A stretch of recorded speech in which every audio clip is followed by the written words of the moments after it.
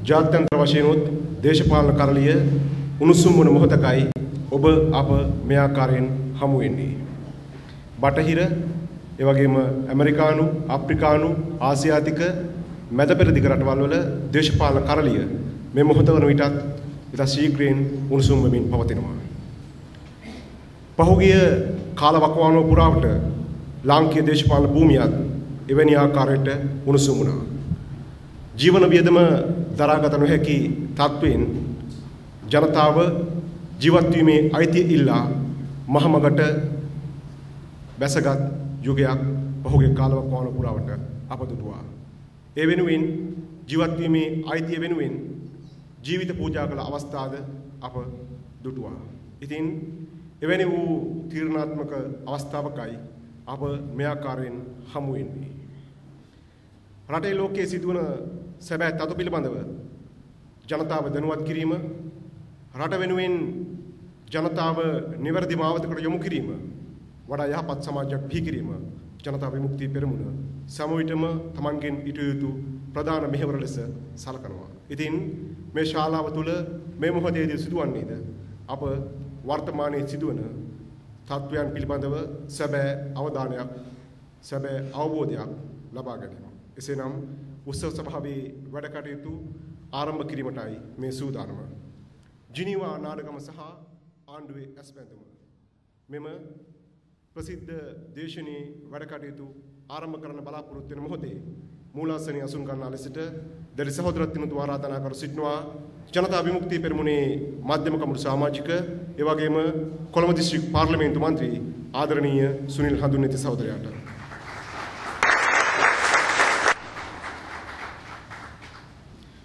අද දින මෙහි පැවැත්වෙන ප්‍රධාන දේශනය සඳහා ඉතාමත් ගෞරවණීය ආරාධනා කර සිටිනවා වේදිකාවේ අසුන් ගන්නට ජනතා විමුක්තිය පෙරමුණේ ප්‍රධාන ලේකම් ආදරණීය ටිල්වින් සිල්වා සහෝදරයා.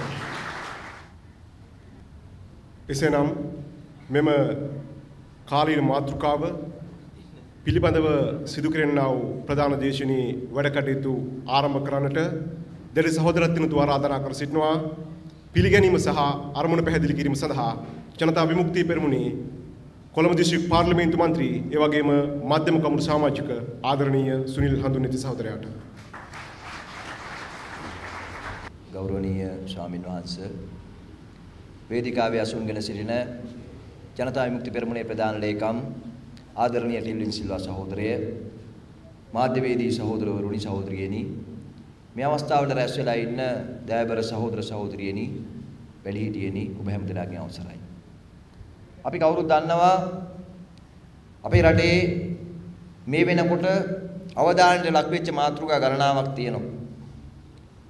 ඊටාම මෑත ආසන්න කාලයේදී ආණ්ඩුව පෙන්වමින් ඉන්න සංවර්ධන මිත්‍යාව වෙනුවට, ආණ්ඩුවේ සංදර්ශන ව්‍යාපෘති වෙනුවට රටේ මුළු මහත් ජනතාවම බරපතල ආර්ථික පීඩාවකට ජීවත් වීමේ අභියෝගයකට ලක් කරලා ජීවන වියදම ඉහළ ගිහිල්ලා තියෙනවා. බඩු මිල වැඩි වෙලා තියෙනවා. ජීවත් වෙන්න බැරි අර්බුදයකටපත් වෙලා තියෙනවා. ඒක වැඩ කරන ජනතාවට එක විදියකට, ඒ වගේම ගොවි ජනතාවට තව විදියකට, සුළු ව්‍යාපාරිකයින්ට, කර්මාන්තකරුවන්ට තව විදියකට, විතරක් නෙමෙයි ආනයන අපනයන වෙළඳාමේ යෙදලා ඉන්න මහා පරිමාණ ව්‍යාපාරවලට, කොටස් වෙළඳ පොළට මුළු මහත් ආර්ථිකයට බලපාලා තියෙනවා.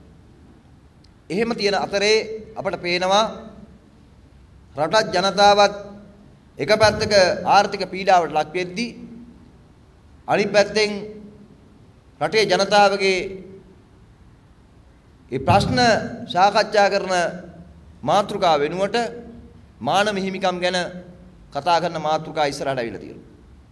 ඉතින් ආණ්ඩුව විශේෂයෙන්ම ජිනීවා වල පවතින මානව හිමිකම් කවුන්සලේ රැස්වීම මුල් කොටගෙන ලංකාවට එරෙහිව තියෙන ජාත්‍යන්තර කුමන්ත්‍රණයක් පිළිබඳව කතා කරමින් ජනතාව වීදි බස්සලා තියෙනවා. උද්ඝෝෂණ පවත්වනවා.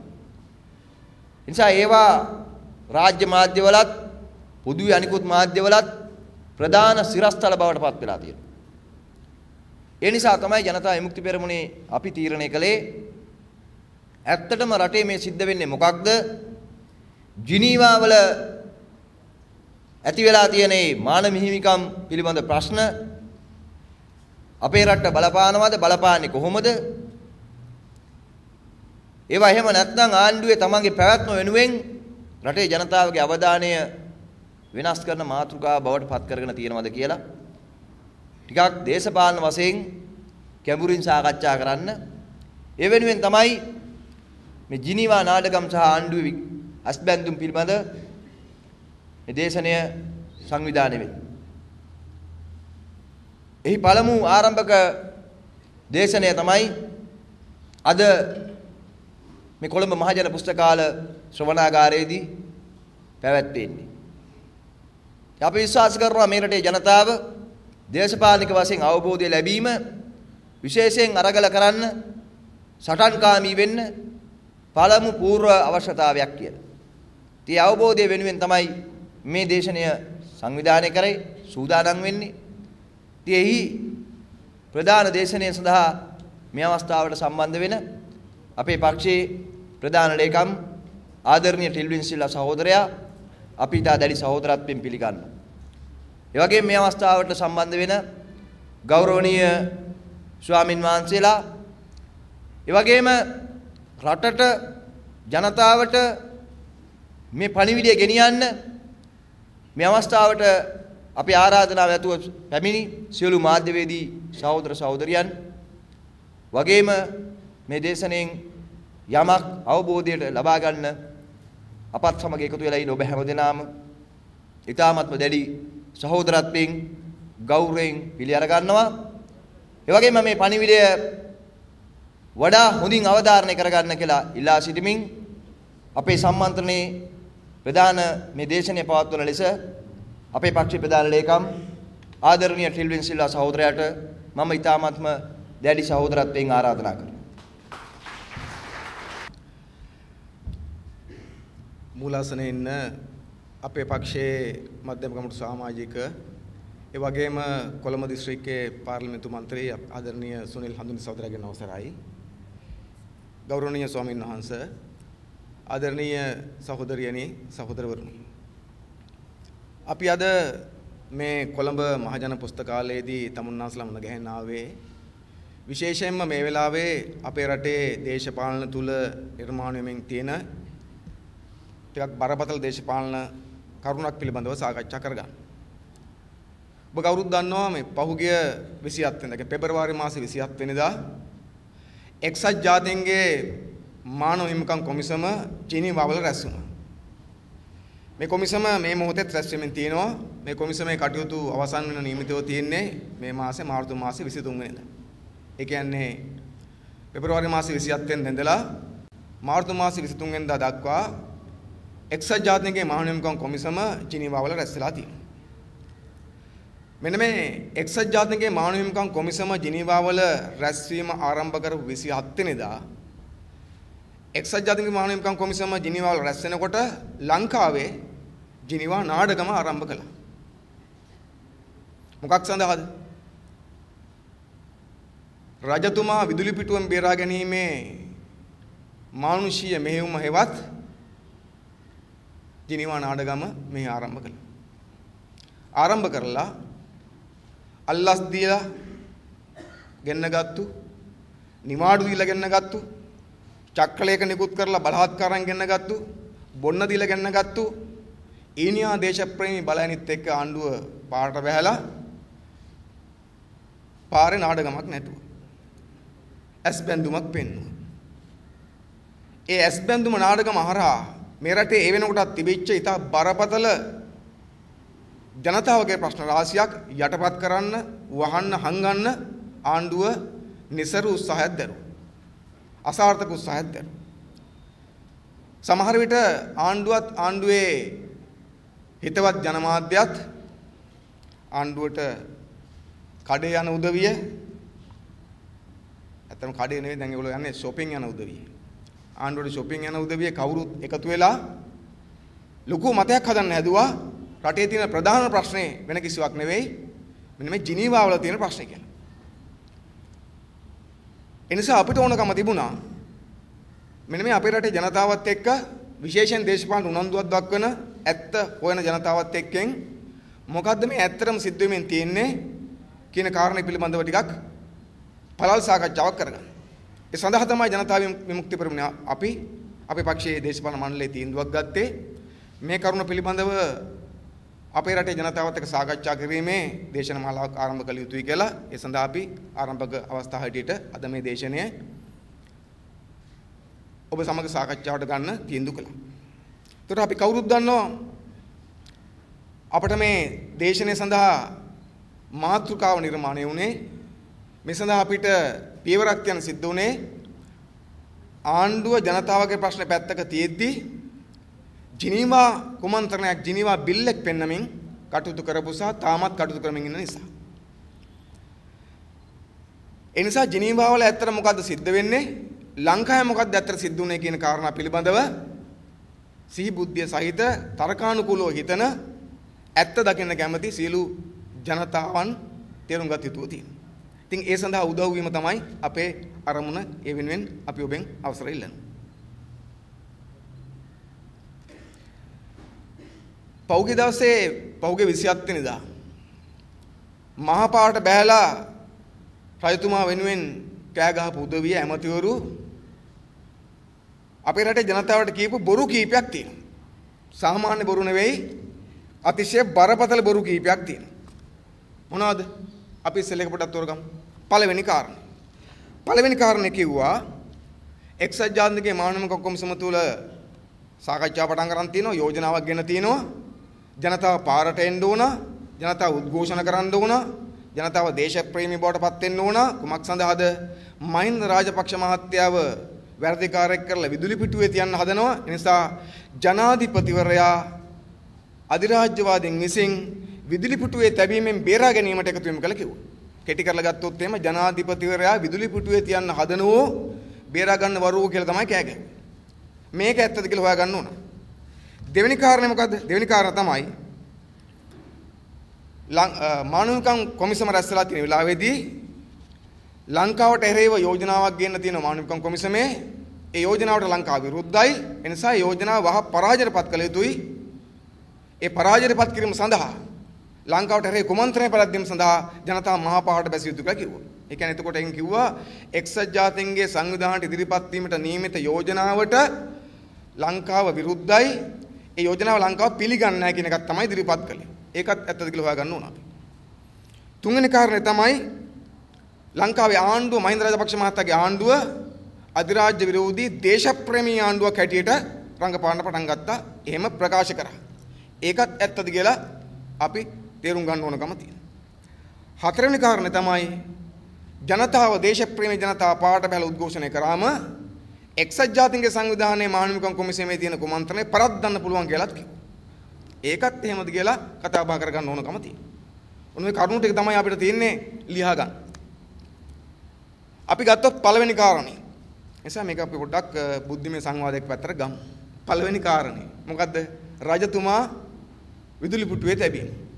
එහෙම නැත්නම් ජනාධිපතිවරයා විදුලි පිටුව තියන්න හදනවා, ජනාධිපතිවරයාට එරෙහිව කිසියම් හෝ ක්‍රියාමාර්ගයක් ගන්න හදනවා කියලා ප්‍රචාරයක් කරමින් ඉන්නවා. අපි අහනවා මේක ඔබෙන් ඇත්තද?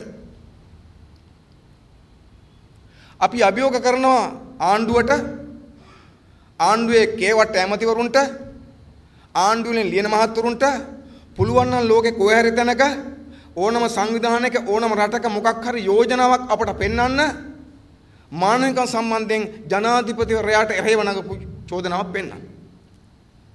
විදුලි පුටුවේ තියෙන ඒව නෙවෙයි, ඊට වඩා සරල එකක් පුළුවන් නම් පෙන්වන්න. ජනාධිපතිවරයාට එරෙහිව මහින්ද රාජපක්ෂ මහතාට එරෙහිව එල්ලවෙමින් තියෙන මොකක් හරි එක්සත් ජාතික සංවිධානයේ මානවිකම් කොමිසමට ගේන්න හදනව ගෙනත් හෝ තියෙන කිසියම් යෝජනාවක් තියෙනවද? පුළුවන් නම් පෙන්වන්න.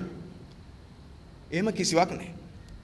එහෙම කිසිවක් නැතුව තමයි මේ පට්ටපල් අමූලික බොරුව කරන්නේ. මොකද්ද තියෙන්නේ ඇත්තටම ගත්තොත් එහෙම? ඇත්තටම ගත්තොත් තියෙන්නේ ආණ්ඩුව දැන් මේ තක්කඩිකමක් කරමින් ඉන්නේ. බොරුවක් කරමින් ඉන්නේ. අපි ගත්තොත් අපි දන්නවා කවුරුත් ඔය අපේ රටේ තිබිච්ච අවුරුදු 30ක බෙදුම්වාදී යුද්ධය 2009 අවුරුද්දේ අවසන් වුණා. අවසන් කරන්න පුළුවන් වුණා. ඒ යුද්ධය අවසන් වුණාම ඒ යුද්ධය අවසන් වීම සම්බන්ධයෙන් අධිරාජ්‍යවාදීන් කැමති වුණේ නැහැ. මොකද මේ යුද්ධය අවසන් වීමත් එක්ක අධිරාජ්‍යවාදීන්ගේ ලංකාව සම්බන්ධ වෙච්ච දේශපාලන ව්‍යාපෘතිය කිසියම් ප්‍රමාණයකින් දුර්වල වුණා. නතර වුණා නෙවෙයි දුර්වල වුණා. උන්ට වුණා ලංකාවට මැදිහත් වෙන්න වෙන ක්‍රම හොයාගන්න. ඒ සඳහා තමයි උන් මානව හිමිකම් කියන චෝදනාව අල්ලගත්තේ. එහෙම ගත්තට පස්සේ අපිට කවුරුත් මතකයි මුලින්ම ලංකාව සම්බන්ධයෙන් යෝජනාවක් ගෙන්න හදනකොට ඊට කලින් ලංකාව 2009 අවුරුද්දේම ලංකාව යෝජනාවක් ඉදිරිපත් කළ එක්සත් ජාතීන්ගේ සංවිධානයේ මානව හිමිකම් කොමිසමට සහතිකයක් දුන්නා ලංකාවේ ආණ්ඩුව මානව හිමිකම් සම්බන්ධයෙන් එක්සත් ජාතීන්ගේ සංවිධානය සමග ඒකාබද්ධව වැඩ කරන ලෑස්ති පියවර ගන්නවා කියලා. ඊට පස්සේ ඒකට අනුව කටයුතු නොකර ඉන්න වෙලාවක ඒක මගහරින් ඉන්න වෙලාවක ආණ්ඩුව රටවල් රවට්ටන්න උත්සාහ කරන වෙලාවක අපිට මතකයි 2010 අවුරුද්දේ එක්සත් ජාතීන්ගේ ලේකම් එක්සත් සංවිධානයේ ලේකම් බැංකිමුන් මහත්තයා ලංකාව සම්බන්ධයෙන් Tamanට උපදෙස් දෙන උපදෙස් කමිටුවක් පත් කරන තීන්දුවක් ගත්තා. ඒ වෙලෙත් මේ ලොකු ගෝසාවක් තිබ්බ මම ඒක වෙනම කියන්නේ. ඒ කමිටුව පත් කරා. ඒ කමිටුවේ සභාපතිතුමේ දරුස්මාන් ආචාර්ය මරුසුකි දරුස්මාන්. ඒ දරුස්මාන්ගේ කමිටුව වාර්තාවක් ඉදිරිපත් කළා. ලංකාවට එරෙහිව ඉදිරිපත් වුණා නම් බරපතල මේක තියෙන්න ඕන ඒකේ. මොකද ඒ කමිටුව එක්සත් ජාතීන් සංවිධාන ලේකම්වරයාගේ කමිටුව දරුස්මාන්ගේ සභාපතිකමෙන් තිබිච්ච කමිටුව ඒ කමිටුවේ වාර්තාවක් ඉදිරිපත් කළා. ඒතර ඒ කමිටුවේ වාර්තාව ඉදිරිපත් කරපු වාර්තාවේ මොකක්ද තිබුණේ? මම ගාව තියෙන මේ කමිටුව වාර්තාවේ සිංහල පරිවර්තන සිංහල පිටපත. ශ්‍රී ලංකාවේ වගවීම පිළිබඳ උපදේශ කමිටුවේ සංක්ෂිප්ත වාර්තාව. මේ බැංකිමුන්ගේ උපදේශ කමිටුවේ දරුස්මාන් සභාපතිකම දරපු කමිටුවේ වාර්තාව. මේ වාර්තාවේ ලංකාව සම්බන්ධව සම්පූර්ණයෙන් තියෙන මානවකම් ගැන මේ වාර්තාවේ කිසිම තැනක ජනාධිපතිවරයා විත්තිකාරයක් කරලා නැහැ. ජනාධිපතිවරයා වග උත්තරකරුවෙක් කරලා නැහැ. මේක එක තැනක මෙන්න මෙහෙම තියෙනවා. මේ තියෙන වගවීම. ඒ වගවීම කියන කොටස තියෙන මෙන්න මෙහෙම. ජාත්‍යන්තර මානවවාදී හෝ මිනිස් අයිතීන් පිළිබඳ නීති බරපතල ලෙස උල්ලංඝනය කිරීම සඳහා වගවීම තෝරා ගැනීම සහ ප්‍රතිපත්ති පිළිබඳ කාරණයක් නොව දේශීය හා ජාත්‍යන්තර නීති අනුව රැකිය යුතු යුතුයකමකි. මෙම විශ්වාසනීයව එල්ලවන චෝදනා බරපතල විමර්ශනයක් ඉල්ලා සිටින අතර ඒ සඳහා වගකිය යුතු අයට එරෙහිව නීතිය ක්‍රියාත්මක කළ යුතුය.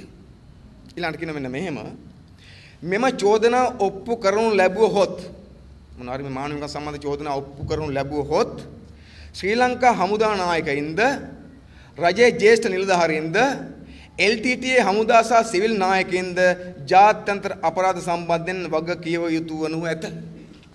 මේක තමයි දරුස්මාන් වාර්තාවේ තියෙන්නේ. නැත්තම් බැංකිමුන්ගේ උපදේශ කමිටුවේ නිර්දේශය මේක. මේක ජනාධිපති සම්බන්ධ කරලා නැහැ. මේක ඇමතිවරු සම්බන්ධ කරලා නැහැ. මේකට മന്ത്രി කෙනෙක්වත් සම්බන්ධ කරලා නැහැ. මොකද කියන්නේ? පරීක්ෂණයක් පවත්වලා ජාත්‍යන්තර මානවිකම් අපරාධ සිද්ධ වුණා කියලා ඔප්පු වුණොතින් අන්න එකට වග කියන්න වෙනවා කියලා දිනව කාටද? ලංකාවේ හමුදා නායකයින්ට, ලංකාවේ ජ්‍යෙෂ්ඨ නිලධාරීන්ට, ඊට අමතරව LTTA දේශපාලන සහ හමුදා නායකයින්ට.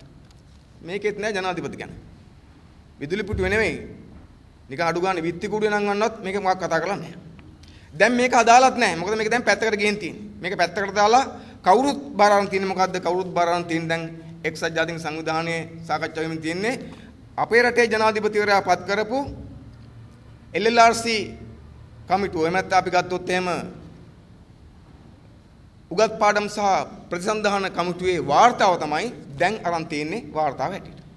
මේක දැන් කවුරුත් සලකන්නේ නැහැ. මේක සැලකුවුණත් මම කියමින් ඉන්නේ ඔබට මේක ඇතුලේ ජනාධිපතිවරයා වග උත්තරකරුවෙක් හෝ නැත්නම් අඩු ගන්න ඕක ගැන සඳහන් මේක ඇතුලේ කරලා නැහැ.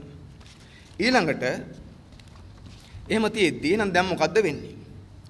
දැන් ජිනීවා මානවිකම් කොමිසම ඉස්සරහා ලංකාවට එරෙහිව යෝජනාවක් ගේන නියමිතව තියනවා කියලා අදහසක් තියෙනවා. ඒ ගෙනේද නැද්ද කියලා අපි කවුරුත් දන්නේ නැහැ.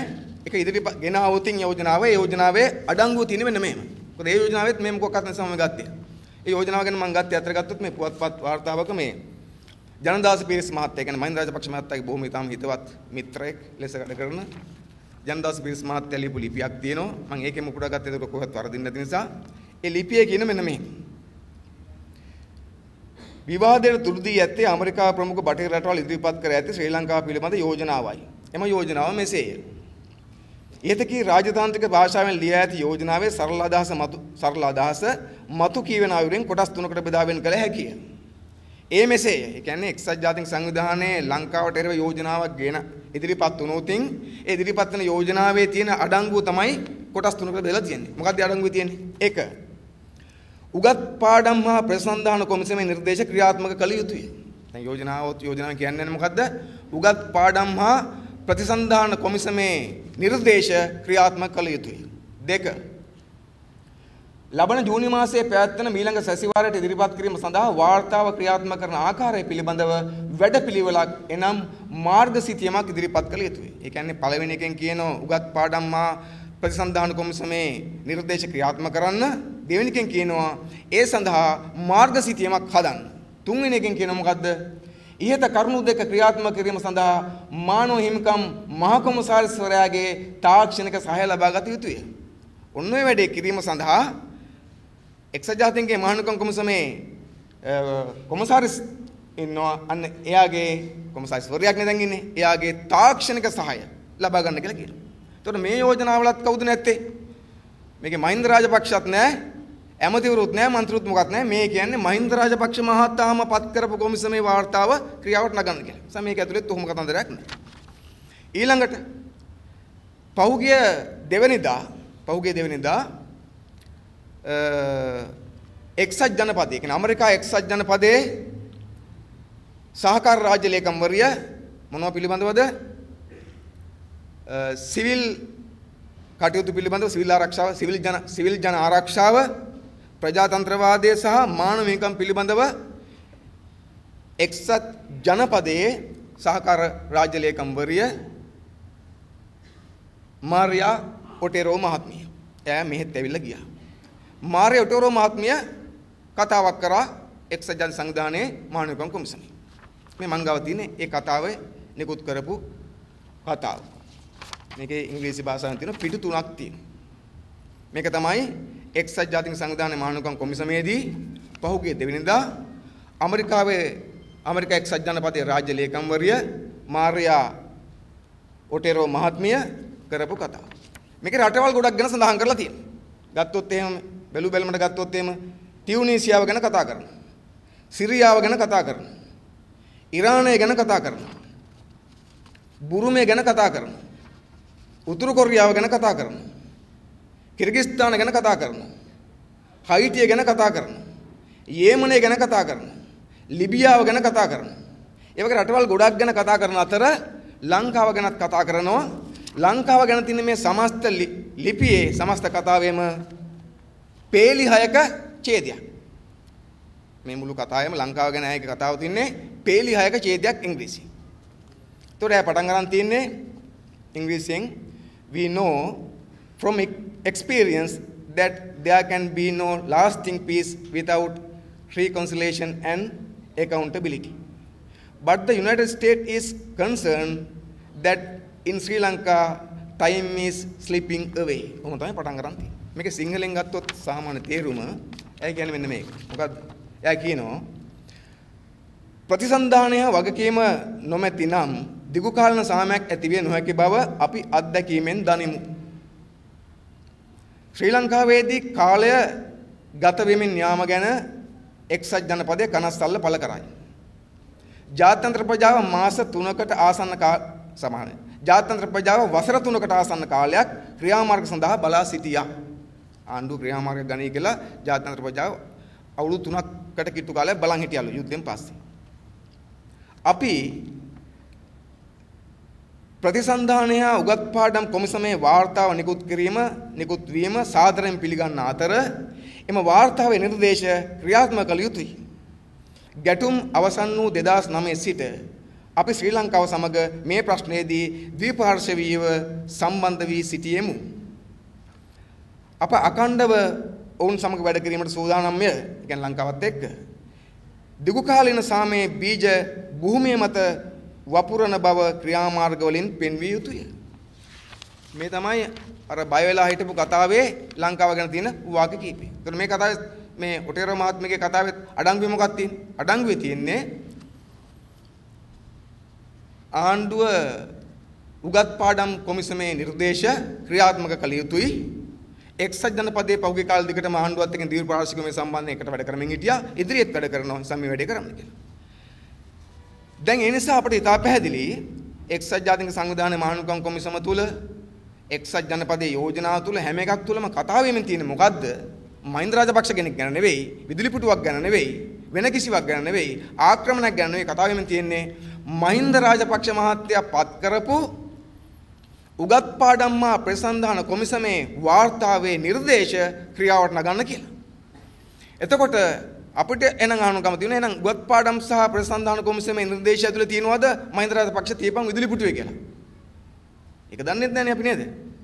මහින්ද රාජපක්ෂ මහත්තයා පත් කරපු එකේ වුණත් එහෙම තිබ්බොත් එහෙම ලෙඩක් නේ. ඒ නිසා අපි ඒකත් හොයාගත්තා. මේ තියෙන්නේ උගත් පාඩම් සහ ප්‍රසන්දාන කොමිසමේ රිපෝට් එක නැත්නම් වාර්තාව. පිටු ගොඩක් මේක කියවන්නේ මේ ගෙනාවේ. මේක අපි ගාව තියෙනවා කවුරු ගාවත් තියෙනවා. මේකේ මොකක්ද තියෙන්නේ? මේකේ ඔය මොනවාක්වත් නැහැ. මේකේ තියෙන්නේ පතෝල වගේ කතාවක්.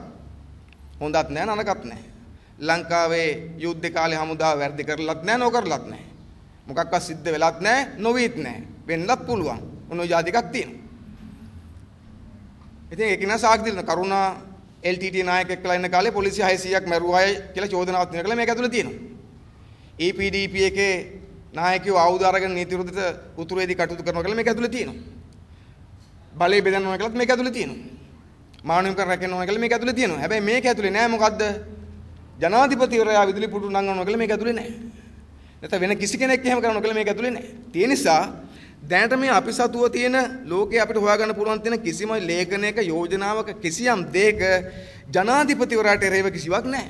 ඒතර එහෙම තියෙද්දි තමයි ආණ්ඩුවේ කේවට්ටියෝ ටිකයි මේ බොරු කරන කට්ටියයි ඔක්කොම ජනතා පාර්ටියන් කෑ ගහන්නේ රට බේරාගත් නායකයා බේරා ගනිමු. ජනාධිපතිවරයා විදුලි පුටුවේ තැබීමේ කුමන්ත්‍රණය පරදවමු. කොහොමද කුමන්ත්‍රණයක් තියෙන්නේ? කුමන්ත්‍රණය තියෙන්නේ මේ බොරු ඇතුලේ. නැති ප්‍රශ්නයක් පෙන්නලා තියෙන ඇත්ත ප්‍රශ්නයට ගහන්න උත්සාහ කරමින් ඉන්නවා. ඇත්ත ප්‍රශ්නයට ගන්න උත්සාහ කරමින්. ඒක තමයි මෙතන තියෙන ඉතා බරපතලම කාරණේ නැති ප්‍රශ්නයක් පෙන්නලා තියෙන ඇත්ත ප්‍රශ්නේ යට කරන්න උත්සාහ කරමින් සිටීම. ඒකට ඇත්තම ගත්තොත් එහෙම අපි කවුරුත් දන්නවා. උගත් පාඩම් කොමිසම කියලා කියන්නේ ජනාධිපතිවරයා විසින් පත් කරපු කොමිසම. ඒතර ඒකේ වාර්තාවට ජනාධිපතිවරයා වග කියන්න ඕනකම තියෙනවා. ඒ වාර්තාව ක්‍රියාවට නගනවා කියලා ජනාධිපතිවරයා එකඟ වෙලා තියෙනවා. එතකොට එක්සත් ජාතික සංවිධානයේ ඉදිරිපත් වෙන යෝජනාවේ මානවිකම් කොමිසමට යෝජනාවේදී තියෙන්නේ ඒ වාර්තාවේ කරුණු ක්‍රියාවට නගන්න කියලා බලකෑමක් තමයි තියෙන්නේ. ඒ අරෙන්න වෙන කිසිවක් මේක ඇතුලේ නැහැ. එහෙම තියෙද්දී ආණ්ඩුව තක්කඩිකමට හිතාමතා තමයි මේ බොරුව කරමින් යන්නේ. ඒක ඇත්තට මේ බොරුවක් ඕනේ අය. ආණ්ඩුවට මේ බොරුවක් ඕනලා තියෙන්නේ මහින්ද රාජපක්ෂ මහත්තයාගේ ප්‍රතිරූපය වැටෙන්න පටන් ගන්න තියෙන්නේ. ඇයි ඒ? තෙල් මිල වැඩි කරනකොට, බස් ගාස්තු වැඩි කරනකොට, විදුලි බිල වැඩි කරනකොට, ජනතාවට ජීවත් වෙන්න බැරි වෙනකොට, දීපු පොරොන්දු සියල්ල කඩ කරනකොට, Tamanට ජීවත් වීමේ අයිතිය එල්ල පාට බහින නිරායුධ අයට වෙඩි තියලා මරනකොට, ඊට කලින් පෞගිය අවුරුද්දේ මැයි මාසෙදී කටුනායකදී කම්කරුවෙක් වෙඩි තියලා මරනකොට, මේ උද්ඝෝෂණයේදී හලාවත දීවර කාර්මිකයෙක් වෙඩි තියලා මරනකොට මහින්ද රාජපක්ෂ මහත්තයාගේ ප්‍රතිරූපේ දිවෙන පටන් ගන්න තියෙනවා. උත්තර ද්‍රවයේ අයිස් කඳු දිවෙන වගේ මේක දිවෙන පටන් ගන්න තියෙනවා. මේක රකින්න ඕන. රට නෙවෙයි. දැන් මේ කට්ටිය පාඩගෙන රට රකින්න නෙවෙයි. මොකක් රකින්නද? රාජපක්ෂ ජනාධිපතිවරයාගේ ප්‍රතිරූපය රැකගන්න. රාජපක්ෂ ජනාධිපතිවරයා දේශප්‍රේමයක් ලෙස නැවත පුම්බලා තියන් උලං ගන්න. අධිරාජ්‍යවාදීන්ගේ ඉලක්කයක් කියලා බය කරවන්න. නැත්තම් අඩු ගානේ ජනාධිපතිවරයා පිළිබඳව අනුකම්පාවක් දිනා ගන්න. අනේ අපේ ජනාධිපති විදුලි පිටු තියන් යනවා අපරාධ බේරගම්මු වෙන ප්‍රශ්න අමතක කරලා බේරගම්මු කියලා අනුකම්පාවක් හදාගෙන නැති ප්‍රශ්නයක් නැති බිල්ලෙක් පෙන්නලා තියෙන ප්‍රශ්න අමතක කිරීම තමයි ආණ්ඩුවේ අරමුණ බවට පත් වෙන්නේ. ඒ වෙනුවෙන් තමයි අර බොරුව කිව්වේ. මොකද්ද බොරුව? ජනාධිපතිවරයා විදුලි පිටුවේ තියන් යනවා බේරගන්න වරෙල්ලා කියලා කෑ ගහලා කිව්වේ ඔන්න ඔය බොරුව. මේක ඇතුලේ එහෙම කිසිවක් නැහැ. සතම මම කිව්වේ අපි අභියෝග කරනවා ආණ්ඩුවේ ඕනෑම කෙනෙකුට ජනාධිපතිවරයාට එරෙහිව ඔයර් තැනක තියෙනවා නම් යෝජනාවක් ගෙනල්ලා ගේන්න හදනවා නම් කරුණාකරලා පුළුවන් නම් ඔප්පු කරලා පෙන්නන්න. ඊළඟට එහෙම එකක් මොකක්වත් නැහැ. දෙවෙනි කාරණය තමයි ආණ්ඩුව මානවිකම් කොමිසමේ වාර්තාව සම්බන්ධයෙන් මානවිකම් කොමිසමේ යෝජනා සම්බන්ධයෙන් ආණ්ඩුවේ ස්ථාවරය මොකක්ද? දැන් මේ ආණ්ඩුව උත්සාහ කරන්නේ මානව හිමිකම් කොමිසමේ යෝජනාවට විරුද්ධව කටයුතු කරන්නද? ඒක ප්‍රතික්ෂේප කරන්නද හදන්නේ? නැහැ. ඒකත් බොරු. ආණ්ඩුව කැමති නැහැ Taman සම්බන්ධ යෝජනාවක් එනවට. හරිනේ අය කැමති නැත්තේ. එහෙම එකක් ආපු ගමන්ම ඒක Tamanට මදිකමක්, මදි පුංචිකමක්, බලපෑමක් තියෙනවා. ඒ නිසා ආණ්ඩුව හදන්නේ ඒක පරද්දන නෙවෙයි. ආණ්ඩුව හදන්නේ ඒක ගේන එක වළක්වන්න මොකක් කරලාද? ඕක ගේන්න ඕනේ අපි දැනටමත් ඕක කරමින් ඉන්නවා කියලා වළක්වන්න තමයි හදන්නේ. ඒ නිසා එක්සත් ජාතීන්ගේ මානව හිමිකම් කොමිසමේ ලංකාව සම්බන්ධයෙන් ගේන නියමිතව තියෙනවා කියන යෝජනාව අර මං කලින් කිව්ව කරුණු තුනේ යෝජනාව ඊට එරෙහිව ඒක එපා ඒක වැරදි ඕක ගේන්න දෙන්නේ නැහැ කියලා ඒක පරද්දනෝනේ ආණ්ඩුව කරන්නේ මොකද ඕක ගේන එක අසාධාරණයි කියලා කියන්නේ. එපා කියලා කියන්නේ වැරදි කියන්නේ මොකද්ද අසාධාරණයි. වැරදි නෙමෙයි අසාධාරණයි. කොහොමද කියන්නේ? මෙන්න මෙහෙම කියන්නේ. මේ තියෙන්නේ පහුගිය 27 වෙනිදා එක්සත් ජාතික මානව හිමිකම් කොමිසමේ කොමිසම රැස් වෙච්ච වෙලාවේදී ලංකාව නියෝජනය කරමින් ජනාධිපති මහින්ද රාජපක්ෂ මහත්තයාගේ විශේෂ නියෝජිතය හැටියට ඇමති මහින්ද සමරසිංහ මහත්තයා එක්සත් ජාතීන්ගේ සංවිධානයේ මානව හිමිකම් කොමිසමේ කරපු කතාව. මේ කතාවේ සිංහල මේ පරිවර්තනයේ ජාතික පුවත්පත හැම එකම දාලා තිබ්බම මේ පත්‍රයකින් ගත්තා. එතකොට දැන් මෙතන 27 වෙනිදා ඊනියා දේශප්‍රේමී ඇමතුරුත් පිරිවරාගෙන අර කුලියට ගෙන ආපු බොණ්ඩ දීලා ගෙන ආපු නිමාවරු දීලා ගෙන ආපු අර ඊනියා බොරු දේශප්‍රේමී බලයන් ටික පාට ගෑල්ලා පඹිය පුච්චද්දි කෑ ගහද්දි උද්ඝෝෂණ කරද්දි අධිරාජ්‍යවාදයේ කකුල් කෙටියෙන් අල්ල පරසක් කළ ගහන කතා කරද්දි එක්සත් ජනපදයේ පරද්දන්න කතා කරද්දි බැංකි මූන්ලව ඔටෝරෝ මහත්මියලාව එලවන්න කතා කරද්දි මෙතන අධිරාජ්‍ය විරෝධයේ කුළු ගන්නවද්දි දේශ ප්‍රේමයේ උතුරා යද්දි ඒ ඔක්කොම කරද්දි එදාම 27 වෙනිදාම ජනාධිපතිගේ විශේෂ නියෝජිතය හැටියට මහින්ද සමරසිංහ මහත්තයා කතාවක් කරනවා. කොහෙද? එක්සත් ජාතිකයේ මානව හිමිකම් කොමිසමේ. ඒ කතාව මේ තියෙන්නේ. ඒ කතාවට ලංකාවේ පුවත්පතක් දානවා හෙඩිමක්. ඒ කියන්නේ ශීර්ෂ පාඩයක් මොකක්ද තියෙන්නේ? මෙහෙම තියෙන්නේ. උගත් පාඩම් කොමිසමේ නිර්දේශ අනුව දැනටමත් ක්‍රියා කරන නිසා ජිනීවා යෝජනාව අසාධාරණයි. පැහැදිලිද? ජිනීවා යෝජනාව එපා නෙවෙයි. ජිනීවා යෝජනාව වැරදි නෙවෙයි. උගත් පාඩම් කොමිසමේ නිර්දේශ වලට අනුව දැනටමත් ක්‍රියා කරන නිසා ජිනීවා යෝජනාව අසාධාරණයි. ඕගොල්ලෝ කියන වැඩේ දැන් අපි කර ඉන්නේ. ඉතින් ආ යෝජනාවක් මොකටද? කොහොම තමයි කියන්නේ. යෝජනාව වැරදි කියලා කියන්නේ නැහැ. ගෙනවොත් පරද්දනවා කියලා කියන්නේ නැහැ. ගේන්න එපා තේරුමක් නෑ. ඔක අසාධාරණයි. මොකද අපි ওই වැඩේ කර ඉන්නේ කියලා සහතිකයක් දෙනවා. කවුද? මහින්ද සමරසිංහ මහත්තයා. මහින්ද රාජපක්ෂ මහත්තයා තමන්ගේ බලයිනිත් එක්කෙන් පාරට බයිද්දී මහින්ද රාජපක්ෂ මහත්තයාගේ නියෝජිතයා මහින්ද සමරසිංහ මහත්තයා දෙන්නා මහින්දලානේ මොකක් කර කරුමකට. එයා ගිහලා කියනවා අපි මේ වැඩේ කරමින් ඉන්න නිසා යෝජනාවක් ඕනේ නැහැ කියලා. ඒකෙදී මොනවද කියන්නේ? මෙන්න මේ ටික කියනවා. මේක අපිට වැදගත්. මෙම පරීක්ෂණවලදී ඒ කියන්නේ උගත් පාඩම් ප්‍රතිසන්ධාන කොමිසම විසින් කරපු පරීක්ෂණ ඒ පරීක්ෂණවලදී මතු කරුණු ලබා දී අවශ්‍ය අවස්ථාවලදී සාපරාධී අධිකරණ පටිපාටිය සඳහා තීරණයක් ගැනීම සඳහා නීතිපතිවත බාර දී ඇත. දැන් මේ කරපු පරීක්ෂණ ආණ්ඩුව මහින්ද රාජපක්ෂ මහත්තයා පත් කරපු කොමිසම කරපු පරීක්ෂණ වල ප්‍රතිඵල අවශ්‍ය පියවර ගැනීමට නීතිපතිට බාර දීලා මේ සහතික වෙනවා මහින්ද සමරසිංහ මහත්තයා. ජාත්‍යන්තර මානුෂීය නීතිය උල්ලංඝනය කිරීම හා අදාළ චෝදනා පිළිබඳව වාර්තාවේ ඇතුළත් නිර්දේශ පිළිබඳව නීතිපතිවරයා දැනුවත් අතර ඔහු ඒවා අධ්‍යයනය කරමින් සිටී. එතකොට මේ වාර්තාවේ තියෙන මානව හිමිකම් කඩවීම සම්බන්ධ ප්‍රශ්න පිළිබඳව නීතිපතිවරයා දැනුවත්ව ඉන්නවා. ඔහු ඒවා අධ්‍යයනය කරමින් ඉන්නවා. ඊළඟට මොකද කියන්නේ? ඊළඟට කියනවා ජාත්‍යන්තර රීතීන් අනුව යමින් උගත් පාඩම් ප්‍රතිසන්ධාන කොමිසම විසින් හඳුනාගත් විශේෂ සිද්ධීන් පිළිබඳ විමර්ශන හමුදා අධිකරණයක් මගින් ආරම්භ කර ඇත. ආහා ඔය තියෙන. වැඩේ පටන් ගන්න මොකෙන්ද? හමුදා අධිකරණයකින්. ඒ කියන්නේ LLRC කොමිෂන් එකේ report එකට අනුව තියෙන සිද්ධි පිළිබඳ විමර්ශනය කරන්න පරීක්ෂණයක් පටන් ගන්න තියෙනවා. ඒ සඳහා හමුදා අධිකරණයක් හමුදා පරීක්ෂණ අධිකරණයක් පත් කරලා. එතකොට මොකද්ද මේ තියෙන්නේ? මහින්ද රාජපක්ෂ මහත්තයා විදුලි පිටුවෙන් බේර ගන්න බරෝ කියලා කෑ ගහන අතරම ඒ මහින්ද රාජපක්ෂ මහත්තයාම හමුදා අධිකරණයක් පත් කළ දිනක් මොකටේ? ඔන්න මේ කේස් එකේ ඇඟ බේර ගන්න ඔය හමුදාවේ 15 නිලධාරීන් කීප දෙනෙක් ගස් යවන්න. දඬුවම් කරන්න. එහෙම යන්නේ පහත් තැනින් යයි ගලා ජලේ. මේ වැඩේ තියෙන්නේ.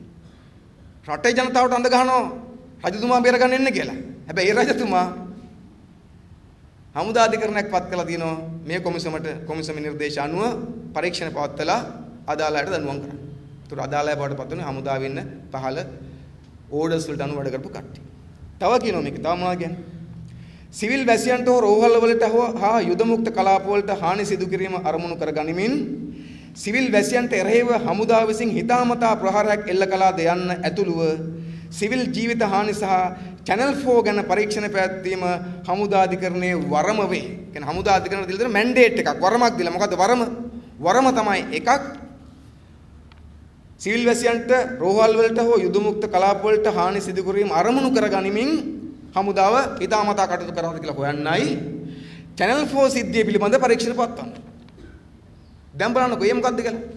ওই channel 4 එකේ අර වාර්තා වැඩසටහන ගිය වෙලාවේ දෙකක් ගියානේ. ඒ වෙලාවේ ආණ්ඩුව මෙතන පරසක් කළ ගැහුවා. ඔක වැරදි අපි පිළිගන්නේ නැහැ. ඔක බොරුවක්. ඔක මේ කුමන්ත්‍රණයක් කියලා කෑගහුවා. හැබැයි එහෙම කියපු ආණ්ඩුව අධිරාජ්‍යවාදීන්ට සහතික වෙනවා. එක්සත් ජාතික මහානගම කොමිසමට සහතික වෙනවා. පත් කරපු හමුදා කොමිසමෙන් channel 4 සිද්ධිය ගැනත් පරීක්ෂණ පවත්වනවා කියලා. ඉතින් channel 4 ආණ්ඩුව ප්‍රතික්ෂේප කරනවා. මොකද පරීක්ෂණ පවත්වන්න එක බොරුවක් නම් පරීක්ෂණ පවත්වන්න ඕනේ නැහනේ. අපි කියන්නේ අපි ඒක පිළිගන්නවා කියන එක නෙවෙයි. මේ ආණ්ඩුවේ පරස්පරය දෙබිඩි බව මේ කියන්නේ. ඊට පස්සේ මොකක්ද කියන්නේ? ආපහු කියනවා සභාපතිතුමියනි මතභේදාත්මක channel 4 වීඩියෝ පට හා අදාළ එහි නිරූපිත සත්‍ය හෝ එසේ නොවන සිද්ධීන්ට ආරක්ෂක අංශවල කිසියම් සමාජිකගේ සහභාගීත්වයක් ඇතිද යන්න පිළිබඳව නිර්ණය කිරීමට හා ඒ සම්බන්ධ ගත යුතු ක්‍රියාමාර්ග පිළිබඳව නිර්දේශ කිරීමේ විශේෂ වරමක් හමුදා අධිකරණයට ඇත. ඒ කියන්නේ මතභේදාත්මක channel 4 වීඩියෝ පටයට අදාළව ඒ නිරූපිත සත්‍ය හෝ එසේ නොවන ඇත්ත හෝ ඒ කියන්නේ මේක පිළිගන්න ඇත්තත් මේකේ තියෙනවා කියලා. ඇත්ත ඒවයි එසේ නොවන ඒවයි සම්බන්ධ පරීක්ෂා කරන්න වරම දීලා තියෙන මේකට. අදාළ චෝදනා පිළිබඳ විභාග කිරීමට ශ්‍රී ලංකා නාවික හමුදාව විසින් මීට සමාන අධිකරණයක් ඇඳවා ඇත. යුද හමුදා අධිකරණ විතරක් නෙවෙයි නාවික හමුදාවත් අධිකරණයක් ඇඳලා දෙනවා කියලා මහින්ද සමසිංහ මහත්තයා අධිරාජ්‍යවාදීන් සහතිකයක් දෙනවා. ඒ විතරක් නෙවෙයි තව කියනවා. ඔබට පෙනෙන පරිදි වාර්තාව මහ ජනතාවට ඉදිරිපත් කර මාස දෙකක් වැනි කෙටි කාලයකදී ශ්‍රී ලංකාව අභ්‍යන්තර ක්‍රියාවලියක් සඳහා වූ නිර්දේශ ක්‍රියාවට නැංවීම සඳහා පැහැදිලි මෙන්ම නිශ්චිත පියවරගෙන තිබේ. ඔයාලට තේරෙන්නේ නැද්ද මේ අහන? ඔබට තේරෙන්නේ නැද්ද? ඔබට පෙනෙන පරිදි වාර්තාව ඉදිරිපත් කරේ දැස. කියන්නේ වාර්තාව මහින්ද මහත්තයාට හම්බුනේ නොවැම්බර් මාසේ ආණ්ඩුව පාර්ලිමේන්තුවට දැම්මේ දෙසැම්බර් මාසේ. දෙසැම්බර් මාසෙට ගත්තොත් දැන් මාස දෙකයි. මේගොල්ලෝ කියනවා මේ වාර්තාව ඉදිරිපත් කළ මාස දෙකක් ඇතුළත අපි ගොඩක් දේවල් කරලා තියෙන්නේ. අභ්‍යන්තර ක්‍රියාවලියක් සඳහා වූ නිර්දේශ ක්‍රියාවට නැංවීම සඳහා පැහැදිලි මෙන්ම නිශ්චිත පියවරගෙන තිබේ. අප දැනටමත් මානව හිමි අයිතිවාසිකම් සඳහා වූ මහා කොමසාරිස්ට ශ්‍රී ලංකාවට පැමිණෙන ලෙස ආරාධනා කර තිබේ. ඔන්න වැඩේ. කල්පනා කරන්නකෝ. දැන් මහින්ද සමරසිංහ මහත්තයා කියනවා අප දැනටමත් මානව අයිතිවාසිකම් සඳහා වූ මහා කොමසාරිස්ට ශ්‍රී ලංකාවට පැමිණෙන ලෙස ආරාධනා කර තිබේ. අර පිල්ලේ මහත්මියට කොමසාරිස්වරයාට දැනටමත් ආරාධනා කර ලංකාවට එන්න කියලා. මෙතන පඹයෝ පුච්චනවා, පෙළපාල් යනවා, කෑ ගහනවා. අධිරාජ්‍යවාදයේ බංග වේවා, මානව කොමිසම එපා, අර එපා, මෙහා එපා, උන් කුමන්ත්‍රණකාරයෝ කියලා. හැබැයි මෙතන එහෙම කරනකොට මිනිස්සු පිරිවරාගෙන අතන වෙලා තියෙන මොකද? මහින්ද මහත්තයා කියනවා අපි දැනටමත් ඇයට මානවිකම් සම්බන්ධ කොමසාරිස්ට ලංකාවට එන්න ආරාධනා කරලා තියෙනවා. එයාව ගෙන්න ගන්නවා පාවාට දාලා, රතු කාපට් දාලා. ඊට පස්සේ මොකද්ද කියන්නේ? මහා කොමසාරිස් කාර්යාලය නියෝජනය කරමින් ජ්‍යෙෂ්ඨ උපදේශකයෙකු ශ්‍රී ලංකාවේ 2005 වසරේ සිට අද වනතුරු සේවය කරන බව මේ තවදුරටත් ප්‍රකාශ කිරීමට කැමැත්තෙමි. යටත් වීමේ කෙලවරක් නැහැ. ඒ විතරක් නෙවෙයි 2005 ඉඳලා මේ මහා කොමසාරිස් කාර්යාලය නියෝජනය කරමින් කෙනෙකුත් ඉන්නවා. ඒක අමතක කරන්න පැකලා කියනවා. අවසාන කියන මෙන්න මේම අවසාන කියන්නේ මේකේ වැදගත් කැලේ මොකද්ද? ශ්‍රී ලංකාවේ මෙම කැපවීම හමුවේ උගත් පාඩම් ප්‍රතිසන්ධාන කොමිසමේ වාර්තාවේ නිර්දේශයන් ක්‍රියාත්මක කිරීමට සහ මහා කොමසාරිස් සමග කටයුතු කිරීම සඳහා යෝජනාවක් ගෙනීමේ කිසිදු සාධාරණත්වයක් හෝ හදිසියක් නොමැත. මක් නිසාද යත් රජය මේ සඳහා අවශ්‍ය ක්‍රියාමාර්ගයන් සාධනීය ලෙස මේ වන විටත් ගෙන තිබීමයි. හරි පැහැදිලි. දැන් මහින්ද මහත්තයා සමරසිංහ මහත්තයා කියන්නේ ශ්‍රී ලංකාවේ මෙම කැපවීම හමුවේ මෙච්චර කැපෙලා තියෙද්දිත් ඒ කැපවීම හමුවේ උගත් පාඩම් හා ප්‍රතිසන්ධාන කොමිසමේ වාර්තාවේ නිර්දේශයන් ක්‍රියාත්මක කිරීමට සහ මහා කොමසාරිස් සමග කටයුතු කිරීම සඳහා යෝජනාවක් ගෙනීමේ කිසිදු සාධාරණත්වයක් හෝ හදිස්සියක් නොමැත. මේක සාධාරණකුත් නැහැ, හදිස්සියකුත් නැහැ. මොකද මේ හදිස්සිය? ඇයි? මක් නිසාද යත් රජය මේ සඳහා අවශ්‍ය ක්‍රියාමාර්ගයන් සාධනීය ලෙස මේ වන විටත් ගෙන තිබීමයි. නිකනුත් නේ සාධන ලෙස අරන් තියෙන්නේ. ඉතින් මේ මම කිව්වේ මොකද අපි දන්නවා බොහෝ විට අපේ රටේ ජනතාව මේ පත්තර දින මේවා මුල සිට අග දක්වා කියවන්නේ නැහැ. එහෙම නැහැ. ඔය ආණ්ඩුවේ ITN එක හරි ජාතික රූපවාහිනිය මොකක් හරි ඔය ජාතික කියන කතන්දරේ විශ්වාස කරලා දේශපාලන තෝරගන්නේ. මේ මම දැන් කියපු මේ උපුටා ගනිමින් කියපු එකක්වත් මගේව නෙමෙයි. මම ඔක්කොම ওই වාර්තාරෙම උපුටල් කිව්වේ. ඒව ඇතුලේ ගත්තොත් එහෙම ඔබට පේනවද මෙතන මොකක්ද රංගනය කියලා? පැහැදිලි ගත්තොත් එහෙම ජනාධිපතිවරයාට එරෙහිව මෙතන කිසි ප්‍රශ්නයක් යෝජනාවක් මොකක්වත් ඇවිල්ලා නැහැ. ලංකාවේ කිසි ඇමතිවරයෙකුට එරෙහිව මොකක්වත් ඇවිල්ලා නැහැ. හැබැයි එක්සත් ජනපදයේ බටහිර රටවල් එක්සත් ජාතික සංවිධානයේ මානවකම් කොමිසම සම්බන්ධ කරගනිමින් යුද්ධය අවසාන කාලේ මාස කිහිපයක් තුල මානවකම් කඩ වුණා. ඒ සම්බන්ධ පරීක්ෂණ පවත්වලා අදාළට දඬුවම් දෙන්නේ කියන යෝජනාව කරමින් ඉන්නවා. ඒ යෝජනාව අපි වෙනම කල්පනා කරනවා එක්සත් ජනපදයේ එහෙම යෝජනාවක් ගෙන අයිතියක් තියනවාද කියලා. ඉතින් පැහැදිලිවම එක්සත් ජනපදයේ අයිතියක් නැහැ එහෙම යෝජනාවක් ගේන්නේ. ඇයි? එක්සත් ජනපදය කියලා කියන්නේ ලෝකේ මානවකම් රකින්න රටක් නෙවෙයි. ලෝකේ වැඩිපුරම මානවකම් කඩන එක්සත් ජනපදය. ඇමරිකා එක්සත් ජනපදය.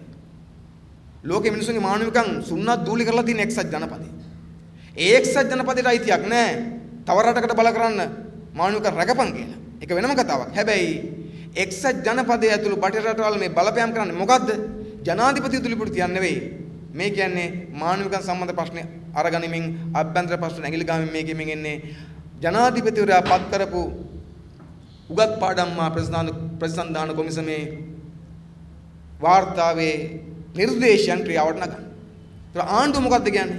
ආණ්ඩුව කියනවා ඒ සඳහා අපි දැනටම සාධන ලෙස කටයුතු කරමින් ඉන්න නිසා යෝජනාවක් ගෙන එක තේරුමක් නැහැ. ඒක අසාධාරණයි, හදිසි වැඩි. අවසානයේ ගත්තොත් මෙතන මොකද්ද ප්‍රශ්නේ? ප්‍රශ්නේ තියෙන්නේ මොකද්ද මෙතන? කාලය සම්බන්ධ ප්‍රශ්නයක්. ඒ කියන්නේ මේ ක්‍රියාමාර්ග එක්සත් ජනපදයට ඉක්මනින් කෙරෙන්න ඕන.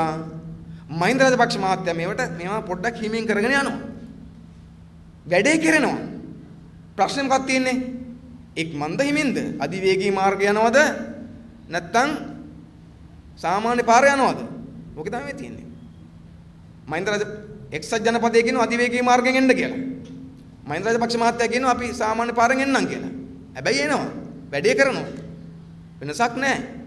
කල්ලිල්ලනවා. නිසා මහින්ද සමසිංහ මහත්තයා මොකද්ද කිව්වේ? එයා කිව්වේ තමයි අපිට ලංකාවට කාලය සහ අවකාශය ලබා දෙන්න. දැන් මේ කතාවක් තියෙනවානේ ලංකාවට රටවල් ගොඩක් උදව් කරන්න ලෑස්ති කියලා. ඇත්ත. මේ යෝජනාව ගෙන ආවොත් එහෙම ඒ යෝජනාව සම්බන්ධයෙන් රටවල් ගොඩක් කියලා තිනවා අපි ලංකාවට උදව් කරන්නම්. මොකද්ද පදනම? උදව් කරන පදනම තමයි ලංකාව දැනටමත් උගත් පාඩම් හා ප්‍රතිසන්ධාන කොමිසමේ වාර්තා ක්‍රියාත්මක කරමින් සිටින නිසා මෙවැනි යෝජනාවක් අවශ්‍ය නැහැ කියන පදනම. නැතු මේ යෝජනාව වැරදි කියන පදනම නෙවෙයි. සයිතා පැහැදිලි ආණ්ඩුව මේ රංගපෑම කරන්නේ. වැඩේ දුවන්නේ එකට. අත්තල් බැඳගෙන තියෙන්නේ. එකම වැඩේ කරමින් යන්නේ. එහෙම කරමින් යන අතර මෙතන පෙන්නනවා නාඩගම ජනතාව රැවටීමේ නාඩගම මෙතන පෙන්වන්න පටන් ගන්න තියෙනවා. එතකොට දැන් අපි හොයාගන්න ඕනකම තියෙන්නේ ආණ්ඩුවට මෙහෙම බොරු කියමින් ජනතාව රවට්ටන්න සිද්ධ වෙලා තින්නේ ඇයි කියන එක. අපිට පැහැදිලි දැන් මෙතන ආණ්ඩුව බොරු ගොඩක් කියලා තියෙනවා. ජනාධිපතිවරයා විදුලි පුටුවේ තියන්න හදනවා කියන කතාව ගොතපු අමුයිලක පට්ටපල් බොරුවක් කෙවරයක් ගජබින්නයක්. ඊට පස්සේ මානවකම් කොමිසමේ යෝජනාවට එරෙහිව ආණ්ඩුව ඉන්නවා. ඒක පිළිගන්නේ ඒක ප්‍රතික්ෂේප කරනවා කියන කතාව ගත්තමත් ඇත්ත නෙවෙයි. ඒකත් බොරුවක්. ඒ යෝජනාවට අනුව ආණ්ඩුව මේ වෙන විටත් වැඩ කරමින් එකට ඉන්නවා. එතකොට එහෙම ඕනකමක් ආණ්ඩුවට ආවේයි ඒ වෙන කිසිවට නෙවෙයි මේ වෙලාවේ රටේ මතුවලා තියෙන ඇත්ත ප්‍රශ්න යටපත් කරන්න ඕන නිසා. ඒ ඇත්ත ප්‍රශ්න යටපත් කිරීම සඳහා තමයි ආණ්ඩුව මේ නාටකමක් පටන් ගත්තේ. නාට්‍ය පටන් ගත්තේ. මොකද්ද? ජිනීවා නාටකම පටන් ගත්තේ. ආණ්ඩුව ඇත්තටම මොකද්ද මේ දවස්වල පෙන්නමින් ඉන්න ජනතාවට? ආණ්ඩුව නාටකම් කීපයක් පෙන්නමින් ඉන්නේ. ආණ්ඩුව නාට්‍ය පෙන්නමින් ඉන්නේ. ආණ්ඩුව ඇත්තට පෙන්නමින් ඉන්නේ හොරු සමග හෙළුවෙන්. ඒක තමයි ඇත්තට පෙන්නන්නේ. නැත්තම් පෙන්නමින් ඉන්නේ මොකද්ද? බකමුණා වීදි බසී වරහන් ඇතුලේ සුදු වෑන් සමග. සුදු වෑන් සමග. ඒව තමයි ඇත්තට සිද්ධ වෙන්නේ. ඇත්තට හොරු සමග හෙළුවෙන් පෙන්නනවා. ඇත්තට බකමුණා වීදි බසී වරහන් ඇතුලේ සුදු වෑන් සමග පෙන්නනවා. බොරුවට රඟ දක්වන මොකද්ද? ජිනීවා නාඩගම්. රජතුමා විදුලි පුටුවෙන් බේරා ගැනීමේ මානුෂීය මෙහෙයුම නොත් ජනතාව ගුණාට ඇඳවීමේ නාඩගම රඟ දක්වන බොරුවට. එහෙම කරන්න ආණ්ඩුවට සිද්ධ වෙලා තියෙනවා. ඇයි ඒ? ඒකට හේතුව තමයි මෙන්න මේ ආණ්ඩුව මුණ පාලා තියෙන අතිශය බරපතල ප්‍රශ්න. ඉතින් ප්‍රශ්න තියෙන අපේ රටේ මෙන්න මේකයි. දැන් ආණ්ඩුව මෙහෙම කෑ ගහපු ගමන්ම අපේ රටෙත් කිසියම් ජන කොට්ටාසයක් කලබල වෙනවා මේකට. ලොකු ප්‍රමාණයක් නෙවෙයි. සමහරු මේක ගණන් ගත්තෙම නැහැ. ඒ නිසා සන්තෝෂන කාරණයක් තියෙනවා මේ සැරේ ආණ්ඩුවට බැරි වුණා ජනතාව විශාල ප්‍රමාණයක් රවට්ටන්න. ආණ්ඩුවේ ඕන වෙලාවක තමන් එක් එකතු කරන් යන කට්ටියක් ඉන්නවනේ. ඒගොල්ලෝ උන්ලා ගේන්න පුළුවන්කම තියෙනවා. ජනතාව විමුක්ති පෙරමුණ උද්ඝෝෂණයක් කරනකොට තෙල් මිල අඩු කරන්න කියලා නෑ මේ උන් නැගලා ආණ්ඩුවට සහයෝග පළකන උද්ඝෝෂණයක් කොටුවේ දාන්න පුළුවන් ඒගොල්ලන්ට ඔය 150 200ක් ගෙනල්ලා. එහෙම කට්ටියක් ඉන්නවා ආණ්ඩුව විසින් පවත්තන් යන. හැම ආණ්ඩුවකම එහෙම කට්ටිය හිටියා. මේක ලොකු දෙයක් නෙවෙයි. ඒ නිසා මේක ගණන් ගන්න ඕනේ නෑ.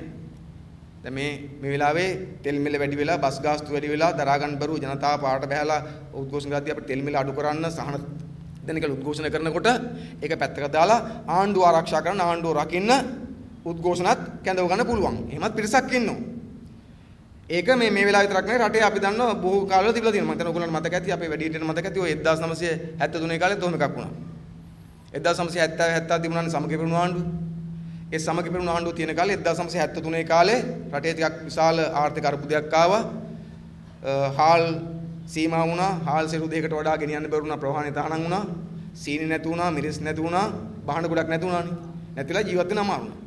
ඒ ජීවත් වෙන අමාරු වෙලා ඉන්න වෙලාවෙත් 1973 කාලේ මැයි දිනයකදී සමගි පෙරමුණේ මැයි දිනේදී සමගි පෙරමුණේ මේ පෙළපාලිය කී කට්ටිය කිව්ව සටන් පාඩයක් තිබ්බනේ මොකද්ද? ඒ කිව්වේ ඒගොල්ලෝ මොකද්ද? මිරිස් නැතුව හොදි කන්නම්, සීනි නැතුව තේ බොන්නම්, මැතිනි අපට කියනවා නම් පිදුරු වුණත් අපි කන්න. එහෙම කිව්ව කට්ටියක් හිටියා. මොකද එහෙමත් පිටසක් ඉන්න නිසා මහින්ද රාජපක්ෂ මහත්තයා තාමත් මේ જાතිය බොරු සම්දර්ශන වලට මේ වගේ නාඩගම් වලට පිටස ගෙන ගන්න අමාරුවක් නැහැ. මොකද මැතිනිය අපට කියනවා නම් පිදුරුණත් අපි ගන්න කියන කට්ටියක් හිටියා වටින්නෙත් ඒවා තමයි ඒගොල්ලන්ට. ඉතින් ඒ වගේ කට්ටියක් තාමත් ඔය ආණ්ඩුවත් එක්ක ඉන්නවා. හැබැයි අපි දන්නවා පොදු ජනතාව එතන හිටියේ නැහැ. ඒ නිසා මහින්ද රාජපක්ෂ මහත්තයාගේ උද්ඝෝෂණ මාලාව ඇදගෙන යන්න බැරි වුණා. 27 අමාරුවෙන් බස්ස ගත්තා. එතනින් ඉවරයි. ඊට පස්සේ උද්ඝෝෂණ නැහැ. ජනතාව සත්‍ය දැනගනිමින් ඉන්නවා, තේරුම් ගනිමින් ඉන්නවා. අපි සහතිකල කියනවා ජනතාව සත්‍ය තේරුම් ගනිමින් නැතත් ජනතාවට සත්‍ය තේරුම් කරලා දෙන්න ජනතා විමුක්ති පෙරමුණ තියෙන නිසා ජනතාව රවට්ටමින් දිගටම මේ බොරුව කරන්න අපිට දෙන්නේ නැහැ. ජනතාවට ඇත්ත කියා දීලා ජනතාව සත්‍ය එක්ක පෙළගස්සලා රට බේරා ගැනීම ඇත්ත සටනක් අපිට තියෙන එක ඇත්ත. රට බේර ගන්න ඕන. ඒ සම්බන්ධ අපිට විවාදයක් නැහැ. රට බේර ගන්න ඕන. කාගෙන්ද? අධිරාජ්‍යවාදීන්. ඔය එක ඇත්ත. අධිරාජ්‍යවාදීන් අපිට ගිලගෙන ඉන්නවා. ඒකට උදව් කරලා දෙන මහින්ද රාජපක්ෂ මහත්තයා ළමයි රටේ ඉඩම් ටික ඒගොල්ලෝ කොල්ල ගන්නවා. රටේ සම්පත් ටික කොල්ල ගන්නවා. ආර්ථික හසුරුවන්නේ ඒගොල්ලන්ට ඕන තාලට. අයවැය හදන්නේ ඒගොල්ලන්ට ඕන තාලට. ඒ අධිරාජ්‍යවාදීන් තමයි අපේ රට පාලනය කරන්නේ. අපේ රට ගිලගැනීමෙන් ඉන්නවා. සූරා කනවා, බලපෑම් කරනවා, රට බෙදන්න හදනවා. ඒ නිසා අධිරාජ්‍යවාදී පරද්දන්න බෑ. අධිරාජ්‍යවාදී පරද්දන්න බෑ. කායක එකතුලාද? මහින්ද රාජපක්ෂ මහත්තයත් එකතුලා බෑ. යාව රකලා බෑ.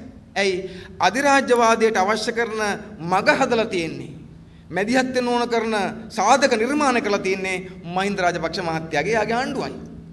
ඒ නිසා අධිරාජ්‍යවාදයේ පරාජයටපත් කිරීමේ අරගල එක්ක අනිවාර්යෙන් ගැට ගැහෙනවා මහින්ද රාජපක්ෂ පාලනය තුළු ලංකාවේ දුබල ධනපති ක්‍රමයේ පරාජයටපත් කිරීම අරගල ගැට ගැහලා තියෙනවා. දෙක එකට තියෙන්නේ. දෙක වෙන වෙනම බෑ. මහින්ද රාජපක්ෂ මහත්තයාගේ ආණ්ඩුවයි ධනවාදයේ බේරගෙන අධිරාජ්‍යවාදී පරද්දනවා නම් ඒ බොරුවක්. එහෙම කරන්න බෑ. අධිරාජ්‍යවාදී ඇත්තට පරද්දන්න නම් අධිරාජ්‍යවාදයට මග සකස් කරලා තියෙන මහින්ද රාජපක්ෂ මහත්තයාගේ ආණ්ඩුවයි මේ දුර්වල ධනවාදී දෙකම පරද්දන්නවා. ජනතා විමුක්ති පෙරමුණේ එතන නිසා අපි රට රකින්න ලෑස්ති කවුරු පරද්දවද? අධිරාජ්‍යවාදියත් මේ දුර්වල ධනපති ක්‍රමයක් ඒ ධනපති ක්‍රමය රකින්න මහින්ද රාජපක්ෂ මහත්තයාගේ ආණ්ඩුවත් ඒකට උදව් කරන රනිල්ගේ ඊනියා ඒකපද විපක්ෂෙත් පරාජයටපත් කරලා ජනතාව එක්රාශී කරගෙන රට රකින්න සටනක් අපිට තියෙනවා. ඒ සටනට නායකත්වය දෙන්න අපි ලෑස්ති. එහෙම නැතුව මහින්ද රාජපක්ෂ මහත්තයා වෙනුවෙන් පාරට බයින්න අපි ලෑස්ති නැහැ.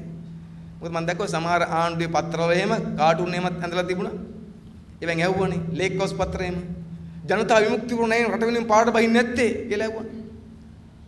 අපි රට වෙනුවෙන් පාඩ බහින ඕන වෙලාවක ප්‍රශ්න ආවොත් එහෙම බැහැලක් තියෙනවා. ඒ මහත්තුන්ට අපි කියන්න ඕනකම තියෙනවා. රටේ ප්‍රශ්න ආපු හැම වෙලාවකම රට රකින්න ඕන වෙච්ච හැම වෙලාවකම පළමුව සටනේ හිටියේ පළමුව පාඩ බැස්සේ පළමුව පෙරමුණ ගත්තේ වෙන කවුරුවක්වත් නෙවෙයි ජනතා විමුක්ති පෙරමුණේ අපි. ඒවා මතක කරන්න එපා.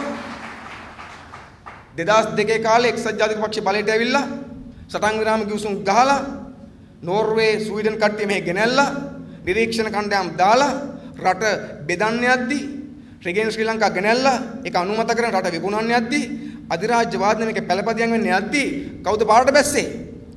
ඒ කාලේ මතක් කරන්න ඒ කාලේ විපක්ෂ නායකයා ලෙස මහින්ද රාජපක්ෂ මහත්තයා UNP ආණ්ඩුවත් එක්ක මුකුළු කර කර හිටියේ. මුකුළු කර කර හිටියේ. UNP ආණ්ඩුවත් එක්ක අත්කල් බැඳගෙන හිටියේ. ඒ කාලේ පාර හිටියේ අපි. සටන් කරේ අපි. පෙළපාලේ ගියේ අපි. පාගමන් ගියේ අපි. මහින්ද රාජපක්ෂ මහත්තයා නෙවෙයි. ඒ නිසා රට රකින්න සටනේ අයිතිය අපට තියෙනවා. අපි රැකලක් තියෙනවා. ඒට රකින්නත් ලෑස්ති. අපි අවධාරණ කර බෑ රට රකින්න සටනයි මහින්ද රාජපක්ෂගේ මේ දුර්වල ජනතා විරෝධී ආණ්ඩුව රකින්න සටනයි දෙක පටල ගන්න අපි ලෑස්ති නෑ. ඒ පැටලිල්ලක් අපට නෑ. අපි හරියට ඉන්න ස්ථාවරය මොකද්ද? රට රකින්න ඕන කාගෙන්ද? අධිරාජ්‍යවාදීන් වගේම රට විනාශ කරන, රට කන, රට නැති කරන රාජපක්ෂ පරපුර සහිත මේ ආණ්ඩුනුත් රට රකින්න ඕන. ඒ සටනේ අපි ඉන්නවා. ඒ සටනේදී නිසා අපට මහින්ද මහත්තයත් එක්ක අත්දැක ගන්න බෑ. මේ හදන්නේ මොකද? මහින්ද රාජපක්ෂ මහත්තයා. මහින්ද රාජපක්ෂ මහත්තයා මේ හදන්නේ රටේ මතුවලා තියෙන මේ ප්‍රශ්න ටික යටපත් කරලා ජනතා බයවද්දලා මෙන්න අධිරාජ්‍යවාදීන් එනෝ රට බේරගනියෝ කියලා කෑ ගහලා මිනිස්සු උස්ස ගන්න එක.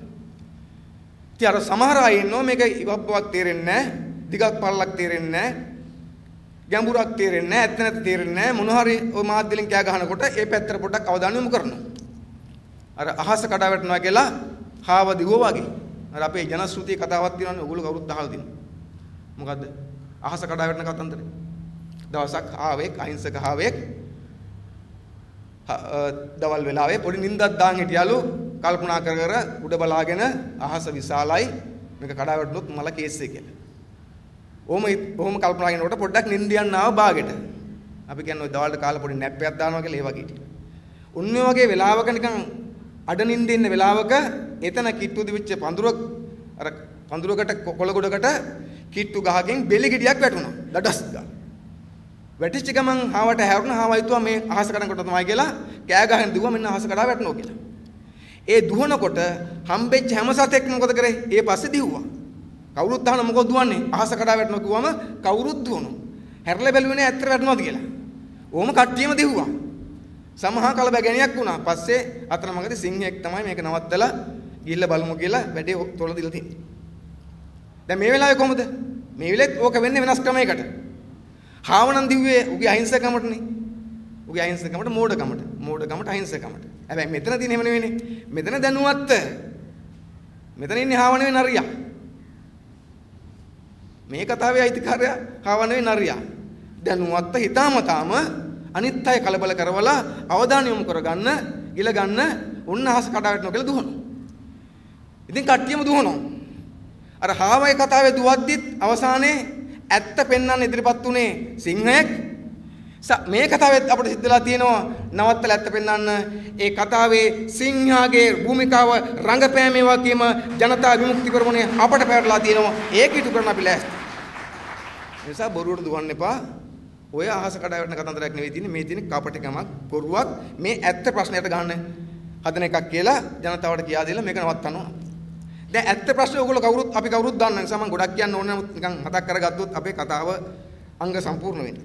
ඔයගොල්ලෝ කවුරුත් දන්නවා පහුගිය 12 වෙනිදා ආණ්ඩුව ගිය මාස 12 වෙනිදා කිසිම සාධාරණ හේතුවක් නැතුව හිටි ගමන් තෙල් මිල වැඩි කරා. ඊට පස්සේ බස් නතර වුණා. දීවරය මූදුන එක නැවැත්තුවා. රටම නතර වෙන ගියාට පස්සේ ආණ්ඩුව මොකද කරේ? ආණ්ඩුවට බලපෑමක් කරලා ජනතාව තෙල් මිල අඩු කරපන් කියලා. මොකද තෙල් මිල වැඩි කරන්න කිසිම සාධාරණ හේතුවක් තිබුණේ නැහැ. ලෝකලෙන්ද බල තෙල් මිල වැඩි වෙලා තිබුණේ නැහැ. මේ අසාධාරණ විදියට තමයි ආණ්ඩුව තමන්ගේ අර්බුදේ වහගන්න ජනතාව මත බර පැටවුවේ. ජනතාව කියද්දි තෙල් මිල අඩු කරන්න කියලා ආණ්ඩුව මොකද කරේ?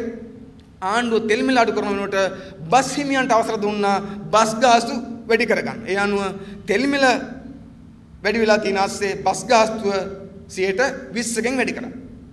ගහෙන් වැඩිච්ච මිනිහට ගොනා යන්න වගේ බස් ගාස්තුව 100%කින් වැඩි කරා. ඒක වැඩි කළා දරා ගන්න බැරි වෙනද මොකද සිතුනේ? තව දවස් දෙකක් යනකොට ඊට පස්සේ මොකද උනේ? විදුලි ගාස්තුත් වැඩි කරා. 35යි 40යි. තාම මේක දැනලා නැහැ. අපි දන්නවා තාම දැනුන්නේ නැහැ කියලා. අයියේ. තාම අලුත් බිල ගෙදරට ආවේ නැහැ. මේ මාසේ 20 ගණන් වගේ වෙනකොට බලන්නකො තත්ත්වය කොහොමද කියලා. අලුත් බිල එන්න ඕන. ඒතර තමයි කරන්ට් එක වදින්නේ ඇත්තටම. වැඩි කරා. ගයෙන් වැඩි මිනිහට දෙපාරක් ගුණා යනවා වගේ. කොහොමත් මේ ආණ්ඩුව ගුණාසේ තමයි හැසිරෙන්නේ. අයින් එකමයි වැඩි. ඉතින් ජනතාව මේක දරා ගන්න බැරුව අරගල කරා උද්ඝෝෂ කරා මහා පාට බැස්සා. ඒක සරල එකක් උනේ නැහැ. මහා පාට බැලලා උද්ඝෝෂණ කරා. දවස් ගණන් උද්ඝෝෂණය කරා. අස ආණ්ඩුවට මොකද සිද්ධුනේ තෝරන්න ආණ්ඩුව තේරුව මර්ධනේ. ඒ නිසා පාට බැපු ජනතාවට පහර දුන්නා, කඳුළු ගෑස් ගැහුවා, වෙඩි තිබ්බා. නිරායුධ පුරවැසියන්ට සජීවී උණ්ඩ වලින් වෙඩි තිබ්බා. හලාවත දීවර කාර්මිකයෙක් මිය ගියා. ප්‍රශ්නේ තවත් පුස්සන් වුණා. ජනතා විමුක්ති පෙරමුණේ අපි එදාම හලාවත දීවර මරපු දවසේ 15 වෙනිදා අපිත් දැස්සා පාට ජනතාව වෙනුවෙන් තෙල් මිල අඩු කරන්න කියලා.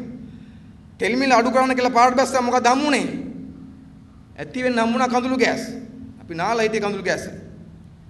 කඳුළු ගෑස්, ජල ප්‍රහාර, අධිවේගී ජල ප්‍රහාර ඒවෙන් තමයි සැලකුවේ. ඒ ජනතා විරෝධය නවත්තන්න බැරුණා. රට වටේම ජනතා විරෝධය මතුවුණා. ආණ්ඩුව කලබල වුණා. ඒ නිසා මොකද කරේ? පියවර කීපයක් ගත්ත ආණ්ඩුව. එක පියවරක් මොකද්ද? මර්ධනය සඳහා, ජනතාවට පහර දීම සඳහා, ජනතාවට මුහුණ දීම සඳහා ලෑස්ති වුණා. අපි ওই 15 වෙනිදා උද්ඝෝෂණය කළා. දවස් දෙකකට වගේ පස්සේ මට මතකයි පත්‍රයක තිබුණා දැන්වීමක්. මේ ප්‍රවෘත්තියක් තිබුණා. මොකක්ද ඒ ප්‍රවෘත්තිය තිබුණේ? ලංකාවට අලුතෙන් කඳුළු ගෑස් උපකරණ 15000ක් ගෙන්වීම සඳහා පොලිස් දෙපාර්තමේන්තුව ටෙන්ඩර් කැඳවුවා කියලා. කඳුළු ගෑස් උපකරණ 15000ක් ගෙන්නන්න පොලිස් දෙපාර්තමේන්තුව හදිස්සියේ ටෙන්ඩර් කැඳවුවා.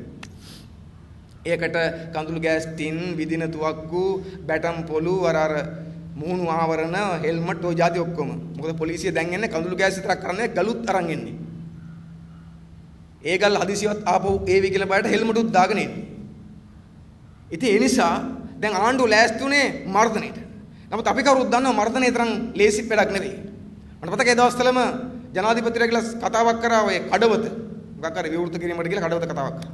ඒ කතාවේදී අපි දැක්ක ජනාධිපතිවරයාගේ බයවීම කොහොමද කියලා. මොකද්ද කිව්වේ? ජනාධිපති ඒ කියලා කිව්තුනේ මේ වෙන රටවල වගේ මේ රටේ ආණ්ඩු පෙරලන්න බෑ. මාව එලවන්න බෑ. මම එහෙම යන කෙනෙක් නෙවෙයි. මාව එලවන්න ලෑස්ති වෙන්න එපා.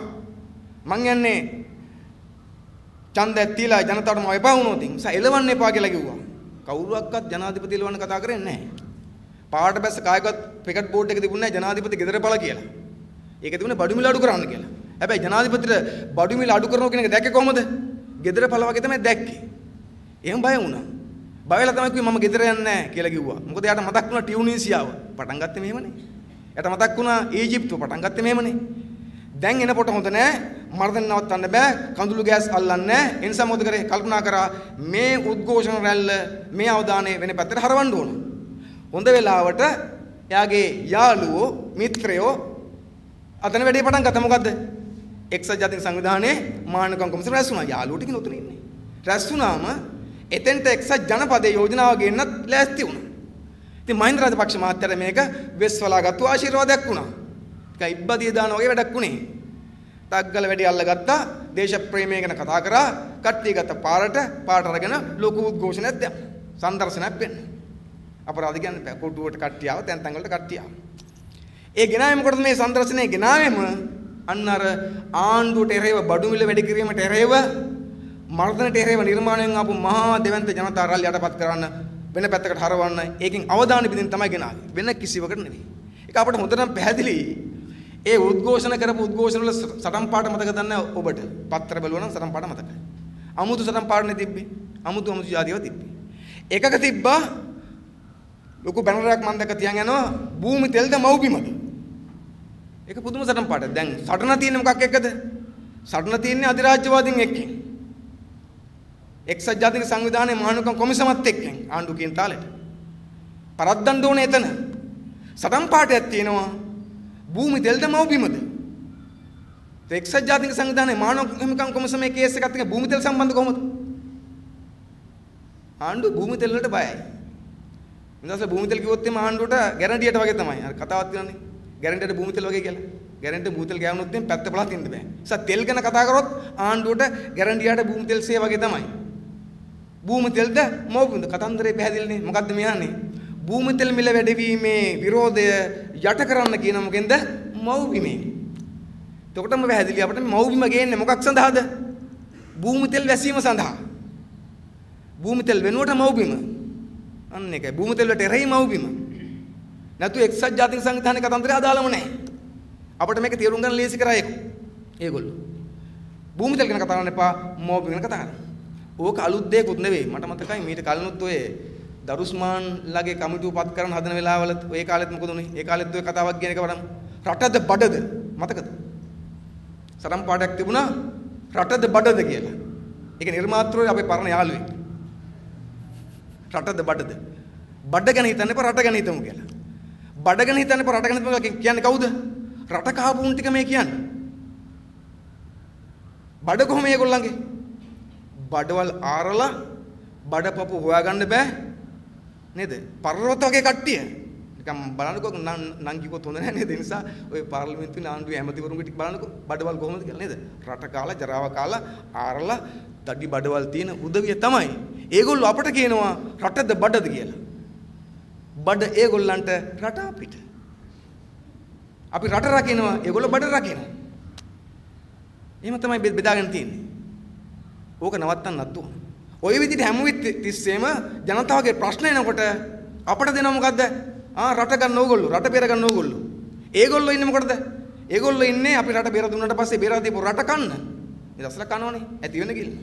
ඕක තමයි තිබුණේ. දැන් ගෙනාවෙත් ඕක. ඒ නිසා මේ උද්ඝෝෂණ වල අරමුණ වෙන කිසිවක් නෙවෙයි. ආණ්ඩුව Tamante එරෙහිව නිර්මාණය වෙච්ච අතිශය බරපතල ජනතා විරෝධය යටපත් කිරීම තමයි මේ උද්ඝෝෂණ වල අරමුණ බවට පත් වෙන්නේ. ඉතින් ඒ උද්ඝෝෂණ වලට කොහොමද ආණ්ඩුවේ පොලිසිය මහත්තුරු ඇසුරුනේ? ඒකත් අමුතු කතාවක් නේ. දැන් දීවරයා උද්ඝෝෂණය කරද්දී ඇත්ත ප්‍රශ්න වලට මේ මිලට මූදු කියලා වැඩක් නැහැ කියලා තමන්ගේ ජීවත් වීමේ අයිති වෙන උද්ඝෝෂණය කරනකොට කඳුළු ගෑස් ගහලා නතර වෙන්නේ නැතුව දුන්නා ලයිව් බුලට් වලින් නේද? ඒ කියන්නේ සජීවී උණ්ඩ වලින් වෙඩි තිබ්බා. දීවරෙක් මැරුවා. එතනට වෙඩි වරුසා කඳුළු ගෑස්. අපි පාරට බැස්සම කඳුළු ගෑස්. මේ ආණ්ඩුව යටතේ අපරාධ ගන්න බෑ. නොමිලේ ගන්න පුළුවන් එකම જાතිය කඳුළු ගෑස්. නිකන් හම්බෙන්නේ එච්චරයි. කඳුළු ගෑස් නොමිලේ. ඉදිරියට ගන්න. ඒ වුණාට මහින්ද රාජපක්ෂ මහත්තයාගේ නාඩගමට පාරට බැස්සයට කඳුළු ගෑස් නැහැ. පොලිසිය ගෑස් බැලලා එතකොට. මට මතකයි ඔය අපේ උද්ඝෝෂණ පහර දීලා දවස් දෙකකට වගේ පස්සේ ටික විරෝධයක් හැදෙනකොටම මේ හිටපු DIG අනුර සේනානායක මහත්තයා පුවත්පත් සාකච්ඡාවක් තියලා දුන්නා. පොලිස් මුලස්ථානේ. ඊළඟ තිබුණේ මෙහෙමයි. අපි උද්ඝෝෂණ වලට ගහන්නේ නැහැ. හැබැයි ජනතාවට කරදරයක් වෙනවා නම් ඒක වලක් ගන්නවා අපි. ජනතාවට හිරිහැර වුණා. පාරට බැස්සම ජනතාවට හිරිහැර වෙනවා කියලා තමයි කියන්නේ. දැන් මහින්ද රාජපක්ෂ මහත්තයා වෙනුවෙන් පාරවල් වහලා පාරට ගෙනල්ලා බීගෙන පාරට රද්දී මොකද වෙන්නේ? කිසි හිරිහැරයක් නැහැ ජනතාවට. එතකොට කඳුළු ගෑස් නැහැ. කඳුළු ගෑස් තියෙන රට තියෙන ජනතාව වෙනුවෙන් අරගල කරොත් කඳුළු ගෑස් නැත්තම් කඳුළු ගෑස් අදාළ නැහැ. ඒක තමයි ආණ්ඩුවේ ප්‍රතිපත්ති බවට පත් වෙන්නේ. ඉතින් මේ විදිහට ආණ්ඩුව මෙතන මේ නාටකම රඟ දක්වලා පෙන්නවා මේ ඇත්ත ප්‍රශ්නයට ගන්න. මොකද අපි දකිනවා ආදරණීය සහෝදරවරුනි ඇත්ත ප්‍රශ්නයක් මෙතන තියෙනවා. මොකද්ද ප්‍රශ්නේ? අපේ රටේ බරපතල සමාජ ආර්ථික අර්බුදයක් තියෙනවා. බරපතල එක. ඒක වහන්න බෑ මේ වෙයි. රට පෙන්නලා වහන්න පුළුවන් එකක් නෙවෙයි ඒක. දෙවන්ත ආර්ථික අර්බුදයක් තියෙනවා. මහින්ද රාජපක්ෂලගේ වැරදි ආර්ථික ප්‍රතිපත්ති නිසා මහින්ද රාජපක්ෂ මහත්තයාගේ ආණ්ඩුව අනුගමනය කරන නව ලිබරල් වාදී අධිරාජ්‍ය ගැති ආර්ථික ප්‍රතිපත්ති නිසා නිර්මාණය වෙච්ච බරපතල ආර්ථික අර්බුදයක් තියෙනවා. ඒ බරපතල ආර්ථික අර්බුදේ තමයි මේ දැනෙන්න පටන් ගන්න තියෙන්නේ. ඒක වහන්න තමයි මහින්ද රාජපක්ෂ මහත්තයා මේ ක්‍රම හොයන්නේ. අපි කවුරුත් දන්නවා අපේ රටේ තියෙන ණය උගුලක. මහා දෙවන්ත ණය කන්දරාවක් තියෙනවා. ණයට කන රටක් මේ රට. ජාත්‍යන්තර මූල්‍ය අරමුදලෙන් අර බැංකුවෙන් මේ බැංකුවෙන් ආසියානු සංවර්ධන බැංකුවෙන් චීනෙන් ඉන්දියාවෙන් අරගෙන මේකෙන් ඇතිතරම් ණය ගන්න. ණය අරගෙන ණය කාලා ණය මත යැපෙන්නේ. අද අපේ රටේ මොනවද ජාතික ආදායම? අපේ රටේ ජාතික ආදායම හැදෙන්නේ මොකෙන්ද? ණය, බදු, දඩ. ණයයි බදුයි දඩයි. ඔච්චරයි වෙන මොකක්වත් නැහැ. බදුත් ගත්තොත් මොනවද බදු? බදු වල වැඩි ප්‍රමාණය. බදු වල වැඩි ප්‍රමාණය ආදායම් බදු නෙවෙයි. භාණ්ඩ හා සේවා මත පනවූ බදු. මේ ජනතාව කනබුන දේවල් වලට ගහව බදු තියෙන්නේ. ආණ්ඩුව යැපෙන්නේ ඒකෙන්. වැඩි ප්‍රමාණය ණය. ණය අරගෙන දැන් ණය ගෙවා ගැනීමේ අර්බුදයක් බවට පත් වෙලා තියෙනවා. ණය ගෙවන්න සල්ලි නැහැ. පොලි ගෙවන්න සල්ලි නැහැ. වාරේ ගෙවන්න සල්ලි නැහැ. ඒ නිසා මොකද සිද්ධ උනේ? දැන් පහුගිය දවසක පාර්ලිමේන්තුවේ ඇමති මණ්ඩලයේ කැබිනට් පත්‍රිකාවක් අනුමත කරගත්තා. මොකක් සඳහාද? මහින්ද රාජපක්ෂ මහත්තයා අමාත්‍ය මණ්ඩලය තුල අමාත්‍ය මණ්ඩල පත්‍රිකාවක් අනුමත කරගත්තා, යෝජනාවක් අනුමත කරගත්තා. මොකක් සඳහාද? ණය ගෙවීමට ඩොලර් මිලියන 600ක ණයක් ගන්න. ඩොලර් මිලියන 600ක ණයක් ගන්න අනුමත කරගන්නවා ඇමති මණ්ඩලයේ. මොකටද මේ ණය ගන්නෙ? කලින් ගත්තු ණයවල පොලී ගෙවන්න, වාරික ගෙවන්න. දැන් අපේ රට කියලා කියන්නේ කලින් ගත්තු ණයවල වාරික පොලී ගෙවන්න ණය ගන්න රටක් බවට පත් වෙලා තියෙනවා. මේ ආර්ථිකයට කොට යන්න බෑ. ලොකු ආර්ථික අර්බුදයක තියෙන්නේ. ඒක අස්සෙනි පැත්තෙන් ගත්තම ආණ්ඩු රුපියල බාල්දු කරා. දැන් ඒව කතා කරන්නේ නැහනේ. ඒව කාගේ කුමන්ත්‍රණද? අන්න අධිරාජ්‍යවාදී කුමන්ත්‍රණ හරියට බලනවා නම් රුපියල බාල්දු කරා. කොහොමද බාල්දු කරේ? පහුගිය අයවැය ආපු වෙලාවේ ජාත්‍යන්තර මූල්‍ය අරමුදල ආණ්ඩුවට බල කරා. අයවැය ගේනකොට අයවැය පියව ගන්න ණය ගන්න ඕන නම් ඒ මුදල් ගන්න ඕන නම් රුපියල අවප්‍රමාණ කරන්න කියලා. ආණ්ඩුව අයවැයේදී රුපියල 103කින් අවප්‍රමාණය කරා, බාල්දු කරා. හැබැයි ඒක ප්‍රමාණවත් තුන්නේ ජාත්‍යන්තර මූල්‍ය අරමුදල නිසා මොකද කරේ? ඒගොල්ලෝ නැවත බලපෑම් කරා රුපියල පාලනය කරන් ඉන්න එපා, කෘත්‍රිමව පාලනය කරන්න එපා, පාලනයෙන් මිදෙන්න කියලා. මොකද මහින්ද මහත්තයාගේ ආණ්ඩුව පහුගිය කාලේ මේ රුපියල ගොඩක් කඩා වැටුනොත් අමාරු නිසා කෘත්‍රිමව මේක පාලනය කරන්න උත්සාහ කරා, පිටින් ණය අරගෙන. අවසානයේ අධිරාජ්‍යවාදීන්ගේ බලපෑම නිසා, ජාත්‍යන්තර මූල්‍ය අරමුදලේ බලපෑම නිසා ආණ්ඩුව මොකද කරේ? රුපියලේ පාලනයෙන් ඉවත් වුණා. රුපියල පාවෙන්නේ නැහැ. දැන් පාවෙනවා. අපිත් පාවෙන රුපියලත් පාවෙන. රුපියල පාවෙන ඉඩ අරපු ගමන් මොකද සිද්ධුනේ? රුපියලේ අගේ වැටුණා 120 පයින් තැනකට. පහුගිය දෙසැම්බර් මාසේ ඩොලර් රේකට අපේ රට ගෙවි රුපියල් 113යි. දැන් කීයද? 120 පැනලා 22යි 21යි 20යි ඔහොම තමයි යන්නේ. ඉතින් අපි කවුරුත් දන්නවා රුපියල බාල්දු වෙච්ච ගමන් මොකද සිද්ධ වෙන්නේ? රුපියල බාල්දු වෙච්ච ගමන් ලංකාවට ගෙන භාණ්ඩ සියල්ලේ මිල වැඩි වෙනවා. රුපියල් බාල්දු වෙච්ච ගමන් අපි ගත්තු ණය කන්දරාව රුපියල් වලින් වැඩි වෙනවා. ඒ රුපියල බාල්දු කරේ. අපිට මතකයි ජාත්‍යන්තර මූල්‍ය අරමුදලෙන් ලංකාව ණයක් ගත්තා ඩොලර් බිලියන 2.6ක. ඊට අවුරුදු දෙකකට වගේ කලින්. අන්නේ ඩොලර් බිලියන 2.6 ණයේ අවසන් වාරිකයේ දැන් ගන්න තියෙන ආණ්ඩුවට ඩොලර් මිලියන 800ක්. අන්නේ ඩොලර් මිලියන 800 අවසන් වාරිකයේ ගැනීමට නියමිත තියෙද්දී මූල්‍ය අරමුදල කිව්ව ආණ්ඩුවට ඒ වාරිකේ ගන්න නම් කොන්දේසි කීපයක් කිව්ව. එකක් තමයි රුපියල බාල්දු කරන්න, දෙක තමයි මොකද්ද? ඒ ණය දෙනකොටම ගත්තු සමස්ත ණය ප්‍රමාණය පොලිය 103 දක්වා වැඩි කරනවා. ඒකට එකඟ වෙන්න ඕන කියලා. එකඟ වුණා නැද්ද? දේශප්‍රේම මහින්ද රාජපක්ෂ මහත්තයා එකඟ වුණා. මූල්‍ය අරමුදලට එකඟ වුණා. එකඟ වෙලා මොකද කරේ? එක පැත්තෙන් ගත්තොත් එම අපි ගත්තු ඩොලර් බිලියන 2.6 වෙච්ච සමස්ත මුදල සඳහා ඒ ණය මුදල සඳහා පොලිය 103 දක්වා වැඩි කිරීමට එකඟ වුණා. අනිත් පැත්තෙන් රුපියල බාල්දු කරා. දැන් එතකොට මොකද්ද මේ තියෙන ආණ්ඩුව? මේ තියෙන රාජපක්ෂ ආණ්ඩුව නෙවෙයි, මේ තියෙන IMF රාජපක්ෂ හවුල් ආණ්ඩුව. බානතු කියන්නේ. මේක IMF රාජපක්ෂ හවුල් ආණ්ඩුව. ආර්ථිකය ගෙනියන දෙකොල්ල එකතු වෙලා. ඒ නිසා ආර්ථිකය කඩ වැටලා තියෙනවා. ලොකු මුදල් අරපුදයක් තියෙනවා. අනිත් පැත්තෙන් ගත්තම ආණ්ඩුවේ සුදුවලි වගේ ව්‍යාපෘති ගොඩක් තියෙනවා. ඒක කතා කරන වෙලාවක් නෙවෙයි මේක අපි වෙන විශයක් කතා කරන්නේ. ඒවා බර ජනතාව මත. ඒ නිසා මෙන්න මේ ආණ්ඩුවේ නාස්තිය, වංචාව, දූෂණය, රුපියල බාල්දු කිරිල්ල, ආර්ථික කඩාවැටිල්ල, මේකේ නිර්මාණය වෙච්ච මහා දැවැන්ත ආර්ථික අර්බුදේ බර ජනතාව මත පැටවුවා. කොහොමද? තෙල් වැඩි කරලා, විදුලි වැඩි කරලා, බස් ගාස්තු වැඩි කරලා. තෙල් සංස්ථාව පහුගිය අවුරුද්දේ බාල පෙට්‍රල් ගෑනලා වෙච්ච පාඩුව කොච්චරද? රුපියල් කෝටි 49යි. බාල පෙට්‍රල් ගෑනලා.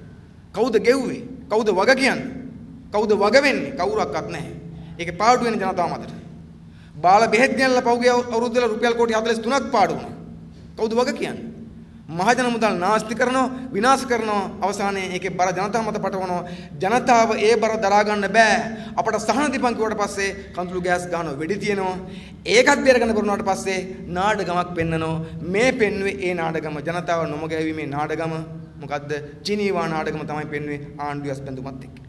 එතකොට ඒ නිසා ආණ්ඩුවට ජනතාවගේ ප්‍රශ්නට උත්තර නැතුණාට පස්සේ ඔය જાතිය බොරු කරන වැරෙන වෙන උත්තරයක් නැහැ. ඒ වගේම අනෙක් පැත්තෙන් ගත්තොත් අපි කවුරුත් දන්නවා ආණ්ඩුව මානවිකම් කඩ කරන.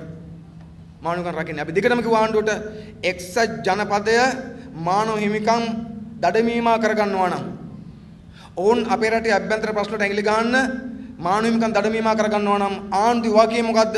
ඔවුන්ට ඒ අවිය නොදෙන්න එක. එහෙනම් ආණ්ඩුව මානව හිමිකම් රකින්න ඕන. දැන් මේ ආණ්ඩුව මානව හිමිකම් රකින්නවද?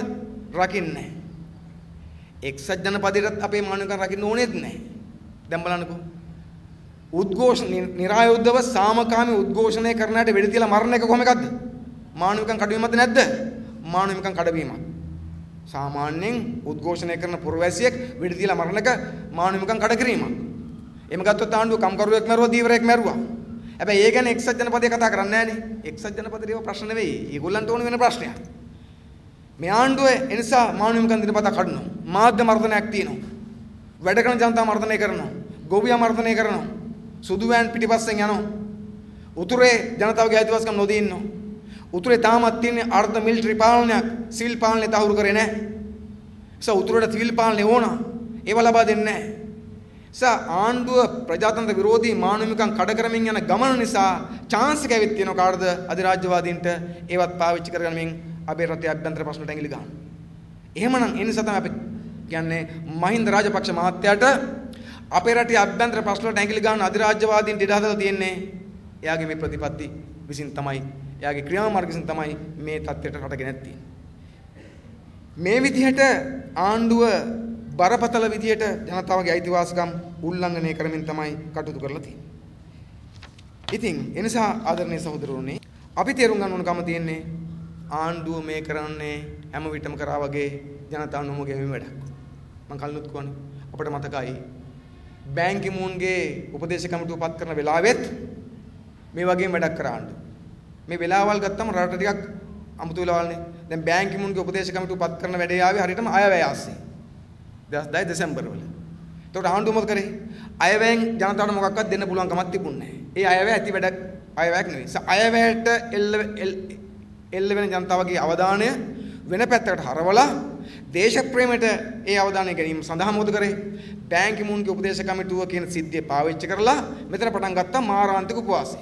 අර අපි කවුරුත් දන්න දින දෙකේ මාරාන්තික උපහාසය. ඔක පටන් ගත්තා. අපි පරණ යාළුවෝ වාඩි වුණා. එයා දන්නවා ෂූරකට එයා දවස් දෙක නැගිටිනවා කියලා. ඒ මොකටද කරගත්තේ? ඒ කරගත්තෙත් අන්න අර අයවැය පුස්සක්ය අයවැයෙන් වැඩක් නැහැ කියලා අයවැය විරෝධයක් නිර්මාණය වෙලාවේ අයවැය විරෝධය යටපත් කරලා මේ පැත්තෙන් දේශප්‍රේම උස්ස ගන්න. ඉතින් ආණ්ඩුව වැඩේ කරගත්තා. අයවැය නිකන් පාස් කරගත්තා.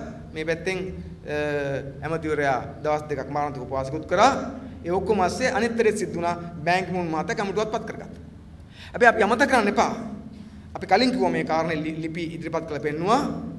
ඒ වෙලාවෙත් බැංකි මූන්ගේ කමිටුවට එරෙහිව මෙතන උපවාස කරන අතර එක්සත් ජාතික සංවිධානයේ එහි නියුතියා පාලිත කෝණ මහත්තයා මොකද කරේ? පාලිත කෝණ මහත්තයා නිව්යෝක් වලදී දරුස්මාන්න ගෙන්නලා දිවා භෝජන සංග්‍රහය පැවැත්තුවා. ඒක නෙමෙයි කේස් එක. මෙතන එක්සත් ජාතික ලේකම්ට විරුද්ධව දරුස්මාන්ගේ කමිටුවට විරුද්ධව මාරාන්තික උපවාස. දරුස්මාන් එල්ලන්න යන්නේ බැංකි මූන්ගේ පඹිය පුච්චන. මෙතන මහා විරෝධය හදන අතන මොකද කරන්නේ? පාලිත කෝණ මහත්තයා එයාට ඒගොල්ලන්ට එන්න කියලා දරුස්මාන් සහ කමිටුවට එන්න කියලා ආණ්ඩුවේ සල්ලි නෙවෙයි ජනතාවගේ සල්ලි වලින් දිවා භෝජන සංග්‍රහය දුන්නා.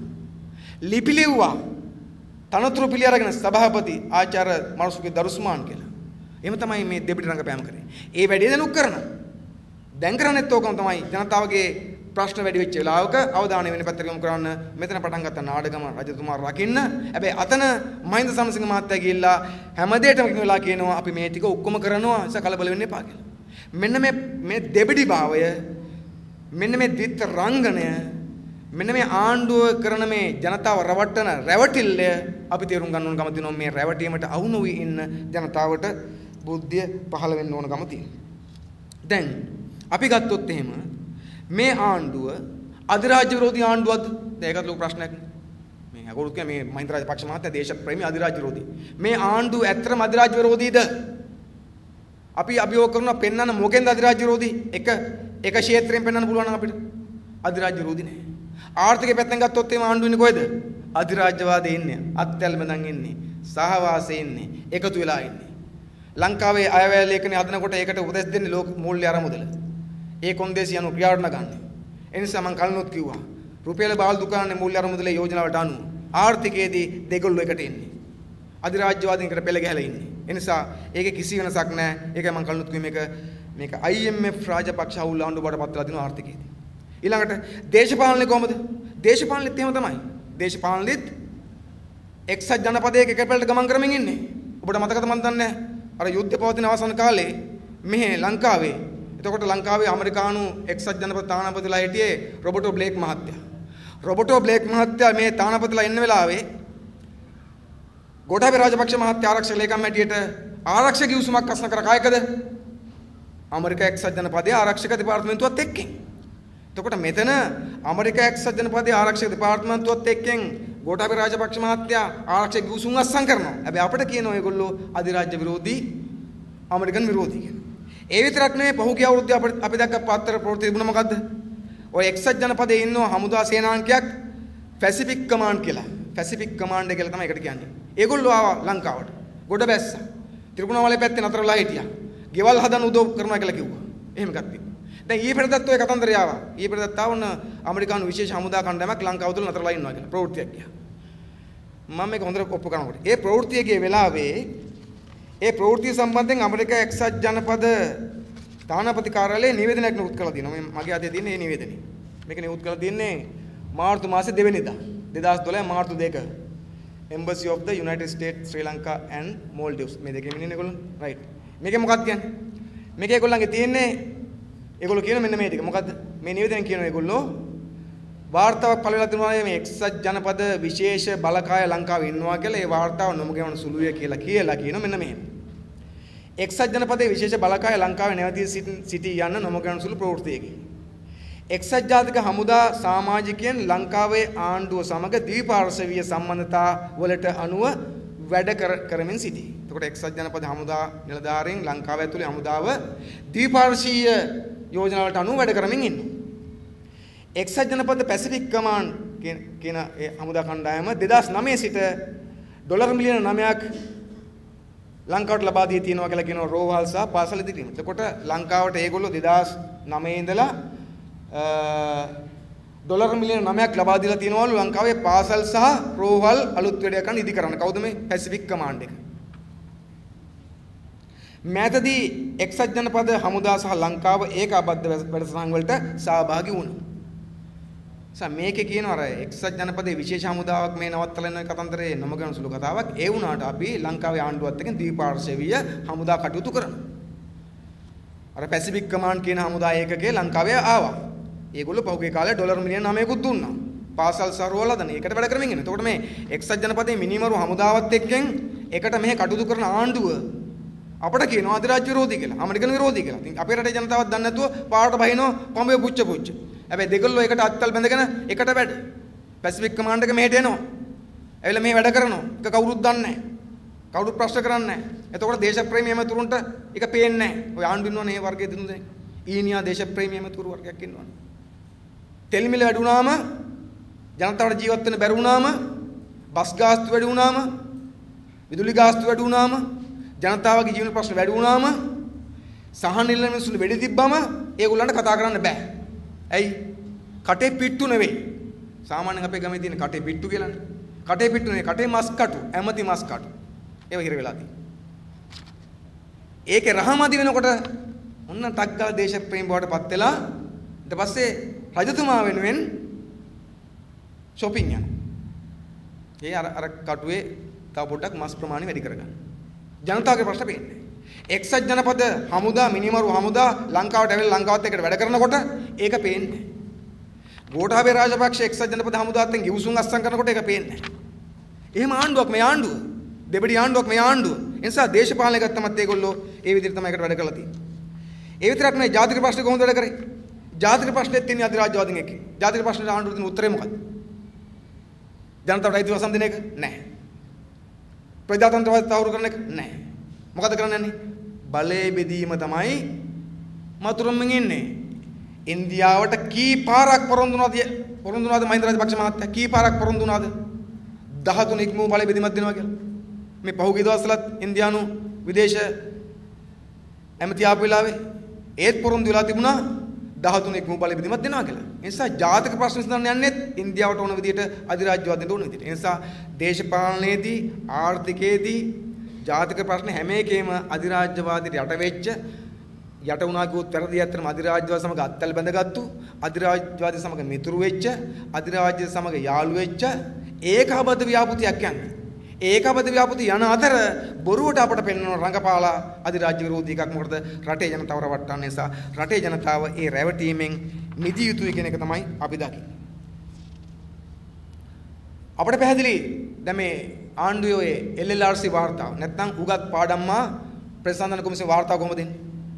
දැන් පහුගිය මං කිව්වා 2010 අවුරුද්දේ ලංකාව සම්බන්ධයෙන් බැංකුන් මහතා කමිටුවක් පත් කරන්න යනවා කියලා අදහස එනකොට ඒ කමිටුව පත් කරන එක බේරගන්න මොකද කරේ? ඒ කමිටුව පත් කරන එක වළක්ව ගන්න ඒ කමිටුව පත් කරන එකට උත්තරයට ජනාධිපතිය කිව්වා රයිට් මං කමිටුවක් පත් කරනම් මෙහෙ.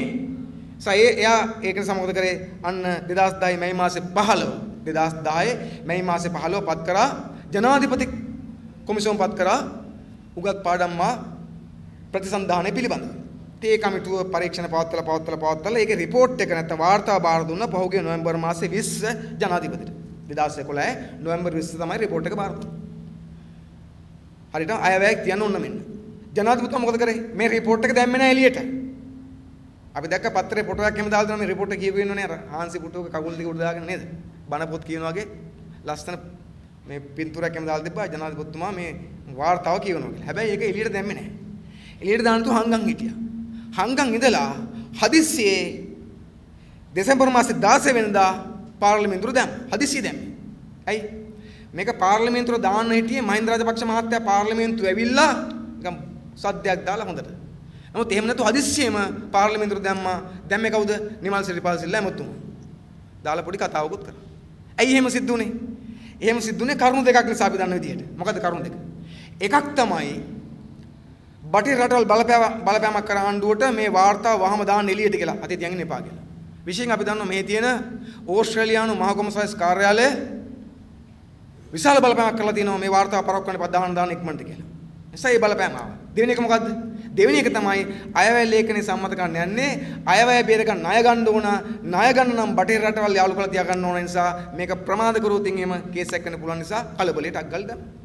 මේ ඔක්කොම කරන්නේ ඒකට අනුව මහින්ද රාජපක්ෂ මහත්තයා හැසිරෙන්නේ බටහිර න්‍යාය පත්‍රයට අනුව.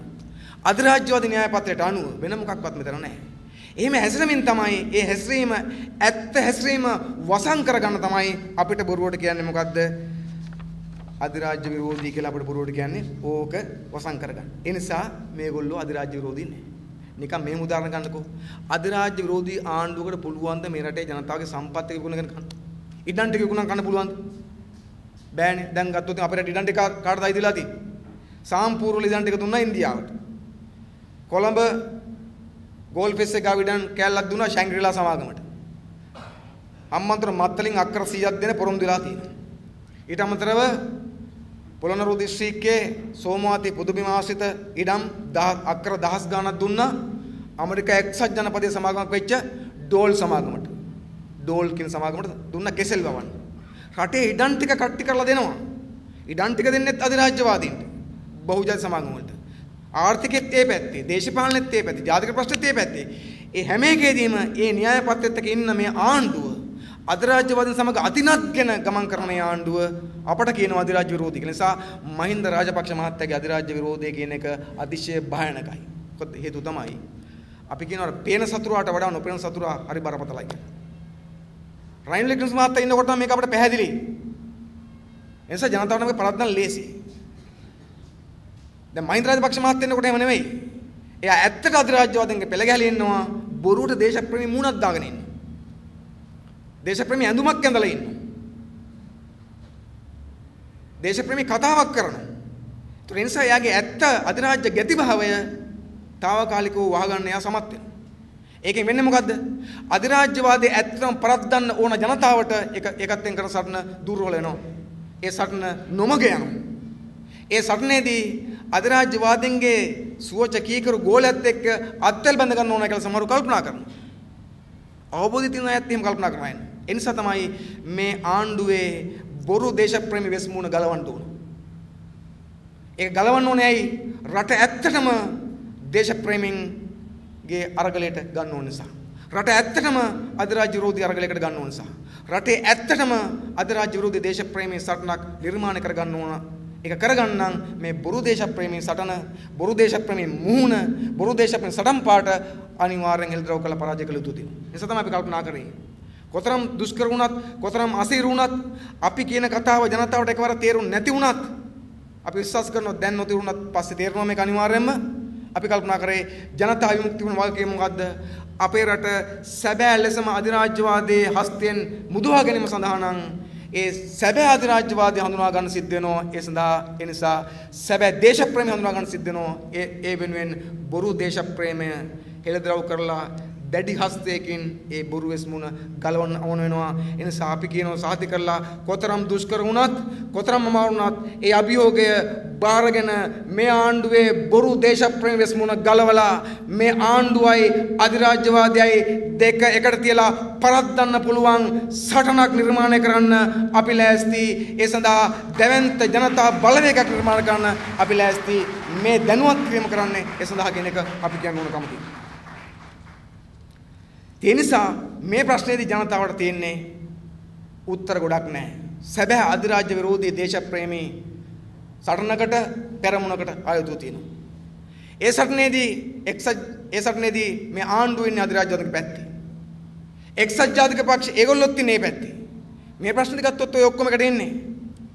මේ මානව කවුන්සිලේ ප්‍රශ්නේදී ඇමරිකා එක්සත් ජනපදයයි රාජපක්ෂ ආණ්ඩුවයි එක්සත් ජාතික පක්ෂය තුන්ගොල්ලම ඉන්නේ කිස්තාවරේ. එක්සත් ජනපදය මොකක්ද කියන්නේ? එක්සත් ජනපදය කියන්නේත් උගත් පාඩම් ප්‍රසන්දාන කොමිසමේ වාර්තාව නිර්දේශ ක්‍රියාවට නගන්න. ආණ්ඩුව කියන්නේ මොකද්ද? ආණ්ඩුව කියන්නේත් උගත් පාඩම් ප්‍රසන්දාන කොමිසමේ නිර්දේශ අපේ ක්‍රියාවට නගමින් ඉන්නවා. එක්සත් ජාතික පක්ෂ මොකක්ද කියන්නේ? එක්සත් ජාතික පක්ෂ කියන්නේ ඕකමයි උගත් පාඩම් ප්‍රසන්දාන කොමිසමේ නිර්දේශ ක්‍රියාවට ගන්න. එතකොට ප්‍රශ්නයක් නැහැ. ඔය තුන්ගොල්ලොම ඉන්නේ එකට. මෙන්න මේ මම දැක්ක එක්සත් ජාතික පක්ෂය නිකුත් කරපු මේ නිවේදනයක් තිබුණා මේ සම්බන්ධයෙන්. මේ තියෙන උගත් පාඩම් ප්‍රසන්දාන කොමිසමේ අවසන් වාර්තාව පිළිබඳ එක්සත් ජාතික පක්ෂයේ ප්‍රතිචාරය. උගත් පාඩම් ප්‍රතිසන්ධාන කොමිසමේ අවසන් වාර්තාව පිළිබඳ එක්සත් ජාතික පක්ෂයේ ප්‍රතිචාරය කියලා තියෙනවා. ලොකු එකක් තියෙනවා. මේක ඔක්කොම කියවන්න ඕන. මේකේ අග කියවම් කතන්දරේ පැහැදිලි අපිට. ඒකේ අගට තියෙන මෙන්න මෙහෙම. කොමිසම විසින් පෙන්වා දී ඇති පරිදි බලය බෙදා හැරීම ජන වර්ගයන් අතර විසඳුමක් ඇති කරලීමට හේතු වන මූලික කරුණකි. පවත්නා ව්‍යවස්ථාමය කරුණු දැනට කෙරී ඇති සාකච්ඡා සහ කොමිසම නිර්දේශ පදනම් කර ගනිමින් සාකච්ඡාවට පදනම් කරගත හැකි යෝජනා මාලාවක් රජය විසින් ඉදිරිපත් කරමින් මෙහි පළමු පියවර ගත යුතුය.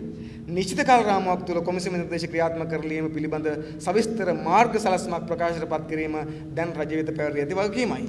කොමිසමේ අතුරු වාර්තාවේ නිර්දේශ ක්‍රියාත්මක කරලීමට රජය මෙතෙක් පොහොසත් වී ඇති බවද අවධාරණය කරන්නමු. එයින් වාර්තා පිළිබඳ පාර්ලිමේන්තු විපක්ෂ නියෝජනය කරමින් ඉදිරිපත් ඇති නිරීක්ෂණයන් ඔස්සේ එකඟ වී ඇති කරුණු පිළිබඳ කොමිසමේ නිර්දේශ වහම ක්‍රියාත්මක කරලීමෙන් අවංකවම මේ ගැටලු විසඳන්නට ඇති අවශ්‍යතාවය ප්‍රදර්ශනය කිරීමට රජය කටයුතු කළ යුතුය. ඉතින් මාර්ග සලස්ම මේ කියන්නේ එක්සත් ජාතික සංවිධානයේ මානවිකම් කොමිසමේ එක්සත් ජනපද යෝජනාවේ තියෙන කරුණු ටිකම රනිල් මහත්තයත් කියනවා. ඒක අපි කිව්වේ මේ ප්‍රශ්නයේදී එක්සත් ජාතික පක්ෂයේ ඉන්නේ ආණ්ඩුව ඉන්නේ අධිරාජ්‍යවාදීන් ඉන්නේ ඔක්කොම එක ස්ථාවරයක. ඒ විතරක් නෙවෙයි අද පත්‍රයක තියෙනවා එක්සත් ජාතික පක්ෂයේ ලේකම්තුමා කියපු කතාව. එයා කියන උගත් පාඩමට එජාප සහාය. මේ අද පත්‍රයේ තියෙන. උගත් පාඩමට එජාප සහාය. උගත් පාඩම් ප්‍රතිසන්ධාන කොමිසම නිර්දේශ රජයේ කඩනමින් ක්‍රියාත්මක කරන්නේ නම් ඊට පූර්ණ සහයෝගය දැක්වීමට එක්සත් ජාතික පක්ෂයේ ප්‍රමුඛ විපක්ෂ තීරණය කොට ඇත. ඒක කිව්වලු කවුද එක්සත් ජාතික පක්ෂයේ ලේකම්තුමා. ඒතර මේ හැම එකෙම පෙන්වන්නේ මොකද්ද? මේ ප්‍රශ්නේදී හැමෝම ඉන්නේ එක තැනක. ඒ නිසා අපි අධිරාජ්‍යවාදීන්ට පෙළ ගැහෙන්නේ මේ ඔක්කොම මේ ප්‍රශ්න නිසා අපි මීට වඩා වෙනස් මගක යා යුතු තියෙනවා. ඒ නිසා තමයි අපි කල්පනා කරේ ඔබත් එක්ක මේ පිළිබඳව ටිකක් පුළුල්ව සාකච්ඡා කරගත යුතුයි කියලා. දැන් අපේ වාක්‍යය මොකද්ද වෙන්නේ? අද ආණ්ඩුවත් එක්සත් ජාතික පක්ෂයත් දෙමළ සන්ධානෙත් එහෙමනේ දෙමළ සන්ධානෙත් පහුගිය දවස්වල ලියුම් ලිව්වා. ওই මානවිකම් කොමිසමේ රටවල් ඔක්කොටම 47ක් තියෙන රටවල් 47ටම ලියුම් ලිව්වා. මේකට මැදිහත් වෙන්න කියලා. එසම මේ ඔක්කොම ඉන්නේ එක තැනක එක වැඩකට ගමන් කරමින් ඉන්නේ. ඒ නිසා මේ தත්ත්වය අපි හරියට තේරුම් ගන්න ඕනකම තියෙනවා. අද ආණ්ඩුව එක ප්‍රශ්නකින් බේරෙන්න නිර්මාණය කරගත්තු උගත් පාඩම් ප්‍රතිසන්ධාන කොමිසමත් අද ආණ්ඩුවට පරාවලක් වෙලා තියෙන්නේ. උගලක් බාටපත් වෙලා තියෙන්නේ. ඇයි වෙන එකක් එන එක වළක්වන්න මේක දාගත්තා දැන් මේක ගෙනාවා දැන් ඒක ක්‍රියාවට නගන බල කරනවා. ක්‍රියාවට නගන එක ආණ්ඩුවට ලේසි නෑ. ඒ විතරක් නෙමෙයි ක්‍රියාවට නගුත් මොකෝ වෙන්නේ? මේ උගත් පාඩම් කොමිසමේම තියෙනවා බලය බෙදන්න ඕන කියලා තියෙනවා. මේකුත් තියෙනවා. ඊට අමතරව තව මොනවද තියෙන්නේ? ඊට අමතරව තියෙනවා මේක ඇතුලේ කරුණාම්මාන් පොලිසිය 600ක් මරුවයි කියන මේ ප්‍රවෘත්තියක් තියෙනවා. LTT ඉන්න කාලේ. ඊට අමතරව මේක ඇතුලේ තියෙනවා ඩග්ලස් දේවනන්දලා EPDP එක සමාජිකයෝ ආණ්ඩුවේ උදව් සහිතව සන්නද්ධව හැසිරෙනවා කියලා. ඒතර ඒ සම්බන්ධ පරීක්ෂණ පවත්වන්න සිද්ධ වෙනවා ආණ්ඩුවට. තමන්ගේ ඇමතිවරු සම්බන්ධයෙන්. ඒකේ ප්‍රශ්න ගොඩක් මේක ඇතුලේ පැටලලා තියෙනවා. අපි කල්පනා කරනවා දැන් මේ ආණ්ඩුව බොරු කරමින් කියලා ඇත්ත ප්‍රශ්න විසඳන්න නැතුව බොරු කරන්න ගිහිල්ලා මුළු රටම පඹ ගාලක පැටලලා තියෙනවා. ආණ්ඩුවත් පඹ ගාලක පැටලිලා රටත් පඹ ගාලක පැටලිලා. ඇත්තටම ආණ්ඩුවට මොකද කරන්න තිබුණේ? අපි පැහැදිලිව දන්නවා මේ ආණ්ඩුවට මේ ධනපති ආණ්ඩුවට මහින්දගේ ආණ්ඩුවට ජාතික ප්‍රශ්නය කියන සංකීර්ණ ප්‍රශ්න විසඳන්න බෑ. ඒක තා පැහැදිලි. ඒක විසඳන්න සමාජ පරිවර්තනයක් ඕන. ජනතාවට සැබෑ ලෙසම ප්‍රයන්තවාදී දෙන සැබෑ ලෙසම සමානතා පදනම මත කිසිදු වෙනස්කමකින් තොරව ජනතාවට අයිතිවාසිකම් ලබා දෙන ජාතිවාදයෙන් නැති ජාතික සමගිය වෙනුවෙන් පෙනී සිටින අලුත් ආණ්ඩුවක් අලුත් පාලනයක් අලුත් ක්‍රමයක් සමාජ පරිවර්තනයක් ඕන ජාතික ප්‍රශ්නේ හරියට විසඳන්න. ඒ ගැන හිතන්නවත් බෑ මහින්ද. හැබැයි ඒ ගැන හිතන්න බැරි වුණත් මහින්ද රාජපක්ෂ මහත්තයාට ඕනනම් පුළුවන්කම තිබුණා මේ පඹගාලේ පැටලෙන්නේ නැතුව අත්‍යවශ්‍ය මූලික පියවර කිහිපයක් කියන්න ජාතික සමගිය දිහාවට. ඒ නිසා තමයි මේ ප්‍රශ්නේ පටන් ගන්නකොටම ජනතා විමුක්ති පෙරමුණ තමන්ගේ යුතුයකම ඉටු කරමින් ආණ්ඩුවට ලියුම් කිහිපයක් ලිව්වා. ඔබට මතකද අපි දන්නේ. යුද්ධය අවසන් වෙච්ච ගමන්ම 2009 මැයි මාසේ 27 වෙනිදා අපි රටට ඉදිරිපත් කරා යෝජනා මාලාවක් බෙදුම්වාදී ත්‍රස්තවාදයේ පෙරදීමෙන් පසු මෞබිමේදී ඇති හදිසි අභියෝග ජය ගැනීම සඳහා වන ප්‍රායෝගික ප්‍රවේශයක්. කියන්නේ බෙදුම්වාදී පෙරදුනාට පස්සේ යුද්ධය අවසන් වුණාට පස්සේ මෞබිමේදිරියේ තියෙන හදිසි අභියෝග ජය ගැනීම සඳහා වෙච්ච ප්‍රායෝගික ප්‍රවේශයක් ආරම්භයක් කරන්න පුළුවන් කියලා අපි යෝජනා මාලාවක් ඉදිරිපත් කළා. යෝජනා 14ක්. ඒ යෝජනා 14 පළවෙනි යෝජනාව තිබුණේ මොකද්ද? අපි කිව්වේ උතුරු සහ නැගෙනහිර පළාත් කඩනමින් ගොඩනැගීම සඳහා සියලු ජන කොටස් සහභාගී කරගැනීමේ අරමුණ ඇතිව පාර්ලිමේන්තුව නියෝජනය කරන සියලු පක්ෂවල නියෝජිතයන්ගෙන් සමන්විත උතුරු හා නැගෙනහිර පළාත් යලි ගොඩනැගීමේ කාර්යසාධක මණ්ඩලයක් පත් කළ යුතුයි. අපි කිව්වා පාර්ලිමේන්තුවේ ඉන්න ඔක්කොම එකතු කරලා පක්ෂ එකතු කරලා උතුරු සහ නැගෙනහිර පළාත් යලි ගොඩනගන කාර්යසාධක මණ්ඩලයක් පත් කළ වැඩේ පටන් ගන්න. මාස 3ක් 4ක් ඉවර කරමු කියලා. හැබැයි ආණ්ඩුව ඒව පැත්තකට දාලා ඉබි ගමනින් ගියා. උතුරේ ජනතාවගේ ප්‍රශ්න විසඳන වෙනුවට ආණ්ඩුව උතුරේ ජනතාවගේ ඉඩම් කොල්ල ගන්න ගියා. උතුරේ ජනතාවගේ අයිතිය අහිමි කරන්න ගියා. උතුරේ ජනතාව මත බලහත්කාරය පටවන්න ගියා. අවතැන් උන්ගේ ප්‍රශ්න විසඳුවේ නැහැ. හිරගත උන් විසඳුවේ නැහැ. ඒ වෙනුවට මොකද කරේ? ආණ්ඩුවේ හොරතල්ලු බවට පත් වෙච්ච කට්ටිය හොරතල් කරමින් හිටියා. කරුණා අම්මාන්ද, පිල්ලයන්ද, අනිත් අයද, කේපීලාද හොරතල් කරමින් හිටියා. ප්‍රශ්න විසඳුවේ නැහැ. ඒ தත්ත්වය තමයි අද බලපාලා තියෙන්නේ රටට අහිතකර විදියට.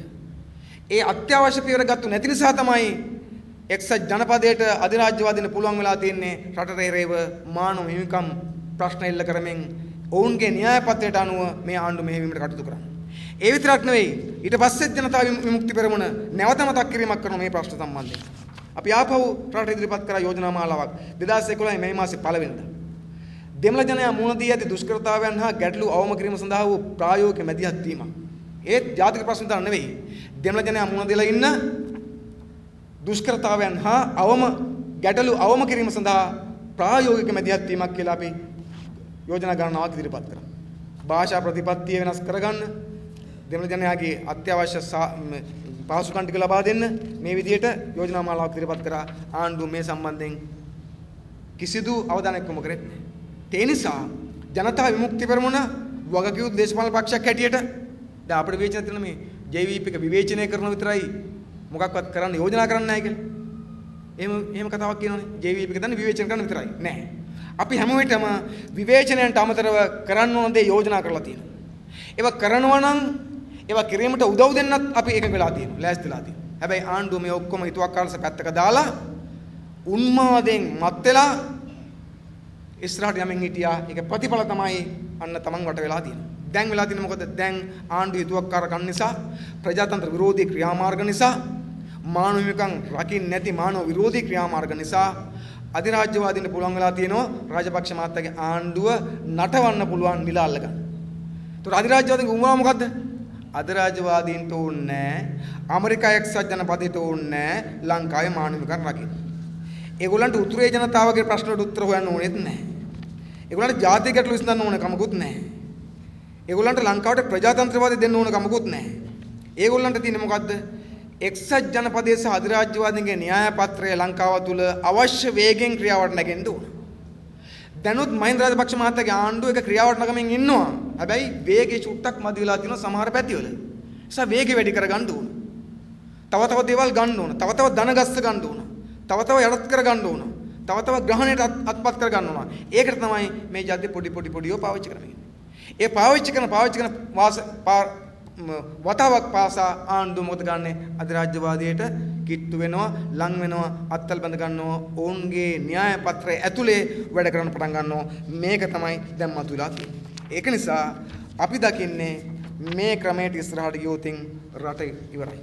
මේ ආණ්ඩුවට දැක්මක් නැහැ. මේ ආණ්ඩුවට රට හදන්න හැකියාවක් නැහැ. සරල ප්‍රශ්න විසඳන්නවත් හැකියාවක් නැහැ. මේ ආණ්ඩුව අසාර්ථකයි, පඹගලක පැටලලා ඉන්නේ. ඒ නිසා මේ ආණ්ඩුවට අධිරාජ්‍යවාදයේ පරද්දන්න තියා සරල ප්‍රශ්නයකටත් උත්තර දෙන්න බැරි දුර්වල ආණ්ඩුවක් බවට පත් වෙලා තියෙනවා. දැන් ජනතාව ඉස්සරහා තියෙන්නේ එක උත්තරය මොකද්ද? ඒක තමයි අධිරාජ්‍යවාදයේ පරාජයටපත් කිරීම සඳහා ලංකාවට කරන විදේශ මැදිහත් වීම පරාජයටපත් කිරීම සඳහා එවැනි මැදිහත් වීම වලට ඉඩකඩ සලසන, මග විවෘත කරන, පාර කපන, ඒවා කැන්දන, ඒවට ආරාධනා කරන මේ ආණ්ඩුවේ ක්‍රියාමාර්ගත් ආණ්ඩුවත් පරාජයටපත් කළ යුතුයි. ජනතා විමුක්ති පෙරමුණේ ස්ථාවරයතා පැහැදිලි. අපි බොහොම පැහැදිලිව කියනවා මොකද්ද? අපි කියනවා ලංකාවේ අභ්‍යන්තර ප්‍රශ්න වලට එක්සත් ජනපදයේ ප්‍රමුඛ අධිරාජ්‍යවාදීන්ගේ මැදිහත් වීම අපි තරයේ ප්‍රතික්ෂේප කරනවා. ඉන්දියාවේ මැදිහත් වීම ප්‍රතික්ෂේප කරනවා. ලංකාවට එරෙහිව අධිරාජ්‍යවාදයේ මැදිහත් වීම ක්‍රියාමාර්ග අපි තරයේ ප්‍රතික්ෂේප කරනවා. හැබැයි ඒ අතරම අපි කියනවා ඒ වගේම මේ ආණ්ඩුවේ වර්තමාන ආණ්ඩුවේ ජනතා විරෝධී මානව විරෝධී ක්‍රියාමාර්ගත් අපි ප්‍රතික්ෂේප කරනවා. අරක ප්‍රතික්ෂේප කළ මේක රකින්න අපිට පුළුවන් කමක් නැහැ. මේ ආණ්ඩුව ජනතා මත බර පැටවීම අපි ප්‍රතික්ෂේප කරන වෙලාව දකිනවා. ඒ බර දරා ගන්න බැරි ජනතාව සහනයක් ඉල්ලනකොට සහන දෙනව වෙනුවට උන්ට වෙඩි තියන එක, සඳුළු ඇස් ගන්න එක අපි එලා දකිනවා, ප්‍රතික්ෂේප කරනවා. ඒක පරාජයටපත් කියලා විශ්වාස කරනවා. මේ ආණ්ඩුව රටේ ආර්ථිකය අධිරාජ්‍යවාදීන්ට අනුව හසුරුවමින්, රට ණය කරමින්, රටේ සම්පත් විකුණමින්, පෞද්ගලීකරණය කරමින්, අධ්‍යාපනය පෞද්ගලීකරණය කරමින්, නිදහස් සෞඛ්‍ය සේවා විනාශ කරමින් යන මේ ගමන, බංකොලොත් ආර්ථික ගමන පරාජයටපත් කළ යුතු කියලා අපි විශ්වාස කරනවා. නැත්නම් අධිරාජ්‍යවාදී පරද්දන්න පුළුවන් කමක් නැහැ. මේ ආණ්ඩුව ජාතික ප්‍රශ්නෙට උත්තරයක් දෙන්නේ නැතුව දෙමළ ජනයා මත තාමත් බලහත්කාර පටවමින් සිටීම ප්‍රතික්ෂේප කරන්න ඕන.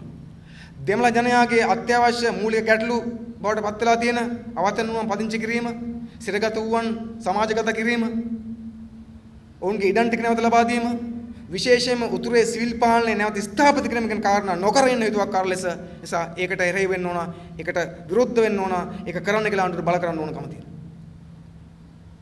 එහෙම වුණොත් විතරයි අපිට පුළුවන්කම තියෙන රට බේර ගන්න. ජනතා විමුක්ති පෙරමුණ ස්ථාවර තින්නේ අපි විදේශ මැදිහත් වීම, විදේශ බලපෑම් සියල්ල ප්‍රතික්ෂේප කරනවා. ඒ අතරම එවැනි බලපෑම් සඳහා ඉඩකඩ හදපු, එවැනි බලපෑම් කැන්දන වර්තමාන ආණ්ඩුවත් ප්‍රතික්ෂේප කරනවා. අපි ගත්තොත් උගත් පාඩම් සහ ප්‍රසන්දාන කොමිසමේ වාර්තාව, ඒ කොමිසම යදුවේ මහින්ද රාජපක්ෂ මහත්තයා. ඒ කොමිසම සම්බන්ධ විවේචන ගොඩක් තිබුණා. ඒ කොමිසම කියලා කියන්නේ ජාතික ප්‍රශ්න උත්තරයක් තියෙන එකක් නෙවෙයි. ඒ කොමිසමේ සමහර කරුණු පිළිගන්න පුළුවන්, සමහර කරුණු පිළිගන්න බෑ. ඒ නිසා ඒ කොමිසම් වාර්තාව ක්‍රියාවට නැගීමෙන් මේ ප්‍රශ්න ඔක්කොම විසඳනවා කියලා අපි විශ්වාස කරන්නේ නැහැ. නමුත් දැන් ආණ්ඩුවට සිද්ධ වෙලා තියෙනවා තමන් හදාගත්තු කොමිසමේ වාර්තා ක්‍රියාවට නගන්න. කොමිසම තිබුණත් නැතත් ආණ්ඩුව ලෑස්ති නම් මානවිකම් රකින්න, සැබෑ ලෙසම ප්‍රජාතන්ත්‍රවාදය දෙන්න, ජනතාවගේ අයිතිවාසිකම් ස්ථාපිත කරන්න අධිරාජ්‍යවාදී මැදිහත් වීම යම් ප්‍රමාණයක නතර කරන්න පුළුවන්කම තියෙනවා. නමුත් ආණ්ඩුව අපි දකිනවා එතනට ලෑස්ති නැහැ. ඒ නිසා දැන් අපි දකින්නේ මොකද්ද? මේ ආණ්ඩුවට බෑ. මේ ආණ්ඩුව යමක් කරන්නේ නැහැ. මේක අසාර්ථක ආණ්ඩුවක්. මහින්ද රාජපක්ෂ මහත්තයාගේ ආණ්ඩුව පඹගාලක පැටලිලා රටත් ඒ අවුලේ එල්ලලා තියෙන්නේ. මේ ආණ්ඩුව මෙහෙම දිගටම ගියොතින් රටක් ඉතුරු වෙන්නේ නැහැ අපිට. අධිරාජ්‍යවාදී මේ රට ගිල ගන්න. ප්‍රශ්න ගොඩක් එනවා. උතුරේ ප්‍රශ්න නැවත වර්ධනය වෙනවා. නැවත බෙදුම්වාද ඒසෝසවනවා. ඒ නිසා අපි ඉස්සරහ තියෙන්නේ අධිරාජ්‍යවාදයත් මේ ආණ්ඩුවේ ක්‍රියාමාර්ග දෙක එකට පරාජයටපත් කිරීමේ දේශපාලන අරගලයක් අපි ඉස්සරහා තියෙනවා අපේ රටේ ඉස්සරහා තියෙනවා. අපේ රටේ සිංහල දෙමළ මුස්ලිම් ජනයා ඉස්සරහා මේ අරගලය තියෙනවා. ඒ නිසා අපි අපේ රටේ ජනතාවට කියන්නේ ආණ්ඩුවේ සංදර්ශන වලට රැවටෙන්න එපා. ආණ්ඩුවේ විගඩම් වලට රැවටෙන්න එපා. ආණ්ඩුවේ ඇස් බැඳුම් වලින් ඇස් නිලංකාර කරගන්න එපා. ආණ්ඩුවේ නාඩගම් වලට රැවටෙන්න යන්න එපා. සත්‍ය දකින්න. තර්ක බුද්ධියෙන් සත්‍ය හොයාගන්න. ආණ්ඩුව කියන ඕන බොරුවක් විශ්වාස කරන්න යන්න එපා. මේ රට අතිශය බරපතල තීරණාත්මක පැයක මේ තියෙන්නේ. ඒ නිසා 1948 සිට වසර 64ක් තිස්සේ මේ රට ඇදගෙන ආපු දේශපාලන ගමන බංකොලොත් ධනේශ්වර දේශපාලන ප්‍රතිපත්තිගත ගමන විනාශ කිරීමෙන් තොරව ඒ වෙනුවට වඩා යහපත් සමාජයක් සමාජවාදී ප්‍රතිපත්ති මත ක්‍රියාවට නැගෙන සමාජයක් නිර්මාණය කිරීමෙන් තොරව අපේ රට අනාගතයක් නැහැ. මහින්ද රාජපක්ෂ මහත්තයා අනුගමනය කරන ජයවර්ධන මහත්තයා හඳුන්වා දීපු රනිල් මහත්තයා ඉස්සරහට ගෙන ආපු මහින්ද රාජපක්ෂ මහත්තයා දැන් අනුගමනය කරන මේ නව ලිබරල් වාදී බංකොලොත් ආර්ථික ප්‍රතිපත්තිය වෙනුවට රට ඇත්තටම සංවර්ධනය කරන්න පුළුවන්, නිෂ්පාදනය වැඩි කරන්න පුළුවන්, නිෂ්පාදනයේ ප්‍රතිලාභ ජනතාවට සාධාරණව බෙදන්න පුළුවන් නව ආර්ථික ප්‍රතිපත්තියක් ජනතා ආර්ථික ප්‍රතිපත්තියක් නිර්මාණය කරන තුරු අපේ රටේ ආර්ථික වශයෙන් උත්තරයක් නැහැ. ඒ වගේම දේශපාලන වශයෙන් ජනතාවගේ ශක්තියෙන් දෙපයින් ඉන්න පුළුවන් ආණ්ඩුවක් කියුබාව ඉන්නවා වගේ. ජනතාවගේ විශ්වාසයෙන් දෙපයින් ඉන්න පුළුවන් ආණ්ඩුවක් නිර්මාණය කරගන්න අතුරු ජනතාව ඒකරාශී කරගත්තු ජනතාවාදී ආණ්ඩුවක් නිර්මාණය කරන තුරු අධිරාජ්‍යවාදී පරද්දන්න පුළුවන් කමක් නැහැ. ඒ වගේම ජාතික ප්‍රශ්නයේදී සිංහල දෙමළ මුස්ලිම් ભેදකින් තොරව සීලම ජනතාවන්ට ප්‍රජාතන්ත්‍රවාදය තහවුරු කරලා සමානතා පදනමත අයිතිවාසිකම් දීමෙන් තොරව විශේෂයෙන් දෙමළ ජනතාව මුණ පාලා ඉන්න අත්‍යවශ්‍ය ගැටලු වලට ඉක්මන් කඩන විසඳුම් ලබා දීමෙන් තොරව ජාතිවාදයේ මුළුමනින්ම පරාජයපත් කිරීමෙන් තොරව ජාතික සමගිය නිර්මාණය කිරීමෙන් තොරව ජාතික ප්‍රශ්න හිතන්න පුළුවන් කමක් නැහැ. ඒ නිසා එහෙම ජාතික ප්‍රශ්න හිතන්න පුළුවන් විදිහේ පාලනයක් නිර්මාණය කළ යුතු තියෙනවා. ඒක මහින්ද රාජපක්ෂ මහත්තයා කරන්න බෑ, රනිල් කරන්න බෑ. එහෙම ගත්තම අපේ රටේ ජනතාව ඉස්සරහා සිංහල දෙමළ මුස්ලිම් ජනයා ඉස්සරහා වැඩ කරන ජනතාව, ගොවි ජනතාව, දීවරයෝ, කුඩා තේවතු හිමියෝ, මාධ්‍යවේදීන්, කලාකරුවෝ මේ සියලු දෙනා කොටස ඉස්සරහා එක උත්තරය තියෙනවා. අපි අධිරාජ්‍යවාදයට අපේ රට බිලදීපු ධනවාදයට ඒ ධනවාදයේ මේ මොහොතේ පවත්වාගෙන යන රාජපක්ෂ පාලනයත් එකට තියලා පරද්දන දේශපාලන සටනක් නිර්මාණය කළ යුතු තියෙනවා. ඔබ කල්පනා කරන මේක අමාරුයි නේද? සතුරු ගොඩක් නේද කියලා නෑ. අමාරු නෑ. ඔබ වෙන් කරගත්තොත් තමයි අමාරු. වෙන් කරගත්තොත් මොකද ලදිනේ? එක පරද්දක් යනත් එක්ක ඉන්නෝ එහෙම. ඕන්න කෙනෙකුට පුළුවන් මහින්ද රාජපක්ෂ මහත්තයාගේ ආණ්ඩුව විතරක් පරද්දන්න. රනිල් මහත්තයා කතා කරන්නේ එහෙමනේ. රනිල් මහත්තයාට අනුව දැන් කරන්න ඕනේ මහින්දගේ ආණ්ඩුව පරද්දලා යා කියන එක. ඒතර මොකෝ වෙන්නේ? මහින්දගේ ආණ්ඩුව පරද්දිනවා. හැබැයි අධිරාජ්‍යවාදීත් ඉන්නවා, ආපහු ධනවාදීත් ඉන්නවා. නැත්තම් බොරුවට පුළුවන් අධිරාජ්‍යවාදී පරද්දමු කියලා කෑ ගන්න. ඕක පරදින්නේ නැහැ. ඇයි ඒක රකින්න කට්ටිය මේකේ ඉන්නේ. අධිරාජ්‍යවාදයයි ලංකාවේ පසුගාමී ධනවාදයයි ඒ ධනවාදයේ මේ මොහොතේදී ඇදගෙන යන මහින්ද රාජපක්ෂ මහත්තයාගේ ආණ්ඩුවයි ඒකට ආදේශකය වෙන්න බලාගෙන ඉන්න එක්සත් ජාතික පක්ෂයයි එකට තියලා පරද්දන දේශපාලනයක්, ජනතාවාදී දේශපාලනයක්, වමේ නායකත්වයේ සහිත සැබෑ දේශප්‍රේමීන්ගේ, ප්‍රගතිශීලීන්ගේ, සටන්ගාමීන්ගේ දේශපාලන ව්‍යාපාරයක්, දේශපාලන ගමනක්, දේශපාලන ක්‍රියාමාර්ගයක් රට ඉල්ලා සිටිනවා. ඒ ක්‍රියාමාර්ගය ගැනීම වෙන විකල්පයක් නැහැ. ජනතා විමුක්ති පෙරමුණ අපි වර සහතික කළ කියනවා. අපේ රටේ ඉන්න සියලුම ප්‍රගතිශීලීන්, දේශප්‍රේමීන් වමේ බලවේගයන් ඒකරාශී කරගනිමින් ජනතා විමුක්ති පෙරමුණේ සිට අධිරාජ්‍යවාදයටත් ධනවාදයටත් ධනවාදයේ සියලුම බලවේගයන්ටත් ධනවාදයට අනියමෙන් උදව් කරන ඊනියා වමේ කියා ගන්න පුංචි කල්ලි කණ්ඩායම් වලටත් එරෙහිව මහා ජනතා බලවේගයක් නිර්මාණය කළා. මව්බිමට සැබෑ ජයග්‍රහණය ගෙනීමේ සටනට නායකත්වය දෙන්න ජනතා විමුක්ති පෙරමුණ සූදානම් කියන එක අපි ඔබට මේ මොහොතේදී සහතික කළ ගන්න කැමතියි. ඔය හැමෝම කරන්නේ මේ වෙලාවේ සටන් අවුල් කරන එක, නොමග යවන එක තමයි. එක පැත්තකින් ගත්ත අධිරාජ්‍යවාදය, අනිත් පැත්තෙන් මහින්ද රාජපක්ෂ මහත්තයා ජනතාව නොමග යවනවා, එක්සත් ජාතික පක්ෂය වැඩේ කරනවා, තව පුංචි කල්ලි කණ්ඩායම් මේ වැඩේ කරන උත්සාහ කරමින් හිටියා. දැන් කරගන්න බැරුව ඉන්නෝ. ඒක අපි කවුරුත් දන්නෝ. ජනාරගල කරන්න කතා කරා. ජනාරගල එනකොට හොයාගන්නත් නැහැ. කතා කරේ ජනාරගල කරන්න. හැබැයි ජනතා විමුක්ති පෙරමුණ භාවිතයෙන් ඔප්පු කරා අරගල එනකොට ජනතා විමුක්ති පෙරමුණ හිටියේ කොතනද? අන්න අරගලේ පෙරමුණේ ජනතා විමුක්ති පෙරමුණ හිටියා. පෙරමුණේ හිටියා. පෙරමුණේ කඳුළු ගෑස් කෑවා.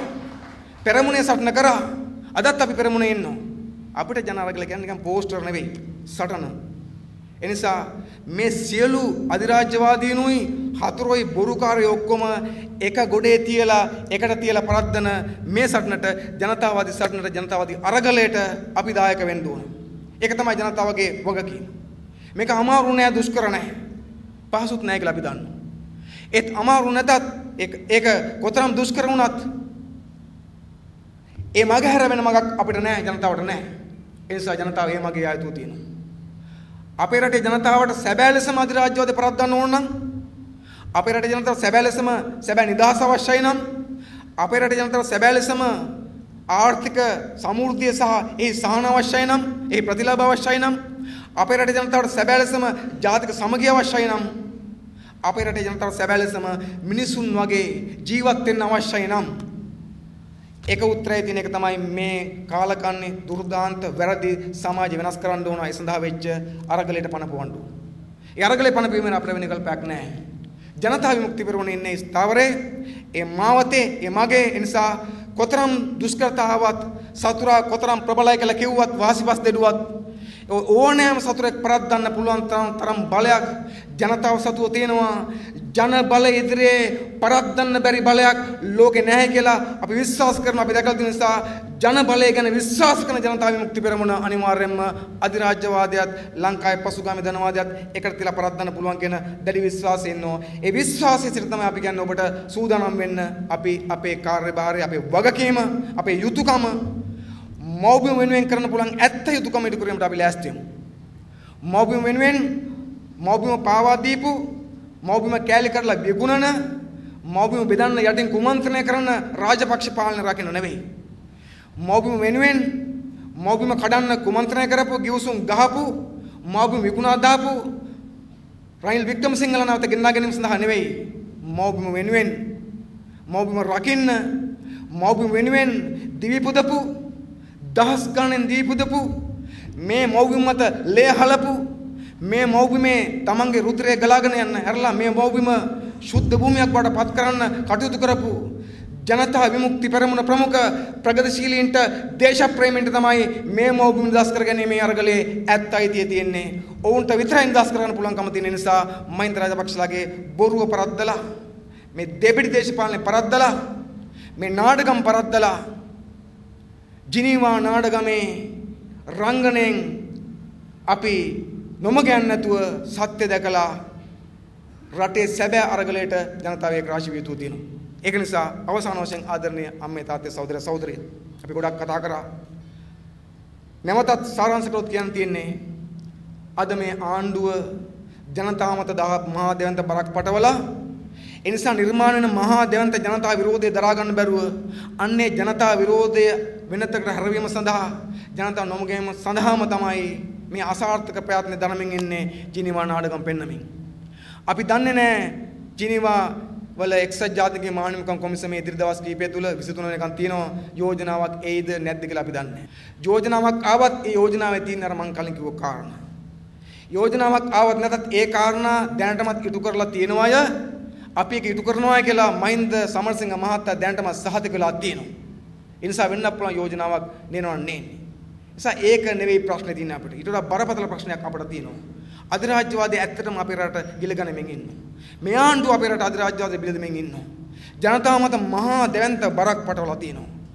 නූපන් පරපුරු කීපයක් නායකවරු බවට පත් කරලා තියෙනවා. ඒවා අපරාධ. ඒ නිසා මහින්ද රාජපක්ෂ මහත්තයා විදුලි පුටුව තියන්න නම් බේර ගන්න ඕන තමයි. ඇයි? මොකද අධිරාජ්‍යවාදීන් ඔය බොරුවනේ කරන්න යන්නේ. අපේ රට කරපු අපරාධවලට 1948 සිට මේ දක්වා මේ රට පාලනය කරමින් කරපු අපරාධවලට වාග්යුතු හැමදෙනාම ජනතාව ඉස්සරහට ගෙනල්ලා දවසක ජනතා අධිකරණයක නඩු අහලා දඬුවම් දෙන්න ඕනකම තියෙනවා ජනතාව විසින්. එතෙක් ඒගොල්ලෝ ඉන්නවනම් හොඳයි. මොකද අධිරාජ්‍යවාදීන් දඬුවම් දෙන්නේ ඒගොල්ලන්ට. අන්නේ සඳහා තමයි ජනතාව ලෑස්ති වෙන්න ඕනකම තියෙන්නේ. රටට ඇත්ත හානි කරපු වැරදි කරපු සිළු දෙනා සම්බන්ධයෙන් ජනතාව තමයි තීරණ ගත යුතු තියෙන්නේ. ලෝක ජනතාව එහෙම තීරණ අරන් තියෙනවා. ඒ නිසා මේ වෙලාවෙත් අපි මේ ආණ්ඩුවේ ජනතාව රවටන රටට එකක් කියලා තව එකක් එතන කියන මෙතන පඹුවේ පුච්චමින් අතන කතාව කරලා එක්සත් ජාතික යෝජනාව පිළිගන්න ඒකට අනුව වැඩ කරන කියලා සහතික දෙන ආණ්ඩුවේ දෙපිට දේශපාලනය පරාජයටපත් කරමු. පරාජයටපත් කරලා ජනතාව සත්‍ය වෙත ගෙනියමු. එම අරගෙන ගිහිල්ලා අපි කලින් කිව්වා වගේම අධිරාජ්‍යවාදයත් මේ පසුගාමී ධනවාදයත් ඒ ධනවාදයේ ආණ්ඩුව පවත්වා ගන්න මහින්ද රාජපක්ෂ පාලනයත් ඊට ඍජුව සහ වක්‍ර උදව් කරන සියලු ප්‍රතිගාමී කල්ලි කණ්ඩායම් සියල්ලත් එකමිට තබා පරාජයටපත් කිරීමේ සැබෑ ප්‍රජාතන්ත්‍රවාදීන්ගේ සැබෑ මානවහිතවාදීන්ගේ සැබෑ දේශප්‍රේමීන්ගේ සැබෑ ප්‍රගතිශීලීන්ගේ ඒ ජනතා අරගලයට පනපුවමු. දෙවන්ත ජනතා බලයක් නිර්මාණය කරමු. ඒ වෙනුවෙන් ජනතා විමුක්ති පෙරමුණ නායකත්වයෙන් දෙන සූදානම්. ඒ සඳහා අප සමග අත්වැල් බැඳ ගන්න, මේ කරුණු අධ්‍යයනය කරන්න, ඔබේ හිතවතුන්ට යාළුවන් ඥාතීන්ට මේක කියා දෙන්න, රට තුළ මේ සම්බන්ධ මතයක් හදන්න. මතයක් හදමින් රට සැබෑ ලෙසම බේර ගන්න පුළුවන් මෞබිම සැබෑ ලෙසම දිනවන සැබෑ ජනතාවාදී දෙවන්ත ජනතා බලවේග නිර්මාණය කිරීම සටනට අපි සමග අත්වැල් බැඳ ගන්න කියන ඉල්ලීම කරමින් ඒ සඳහා ඔබ සියලු දෙනාටම ශක්තිය ධෛර්යය ප්‍රාර්ථනා කරමින් අපි වෙන සමග ගන්නවා. බෑමෝටම ජය වේවා. ජිනීවා වල පැවතුණු ඒ නාටකමත් ඒ වෙනුවෙන් ආණ්ඩුව සිදු කළා වූ ඇස් බැඳුමත් මනාව පැහැදිලිතයි කියා අප විශ්වාස කරනවා.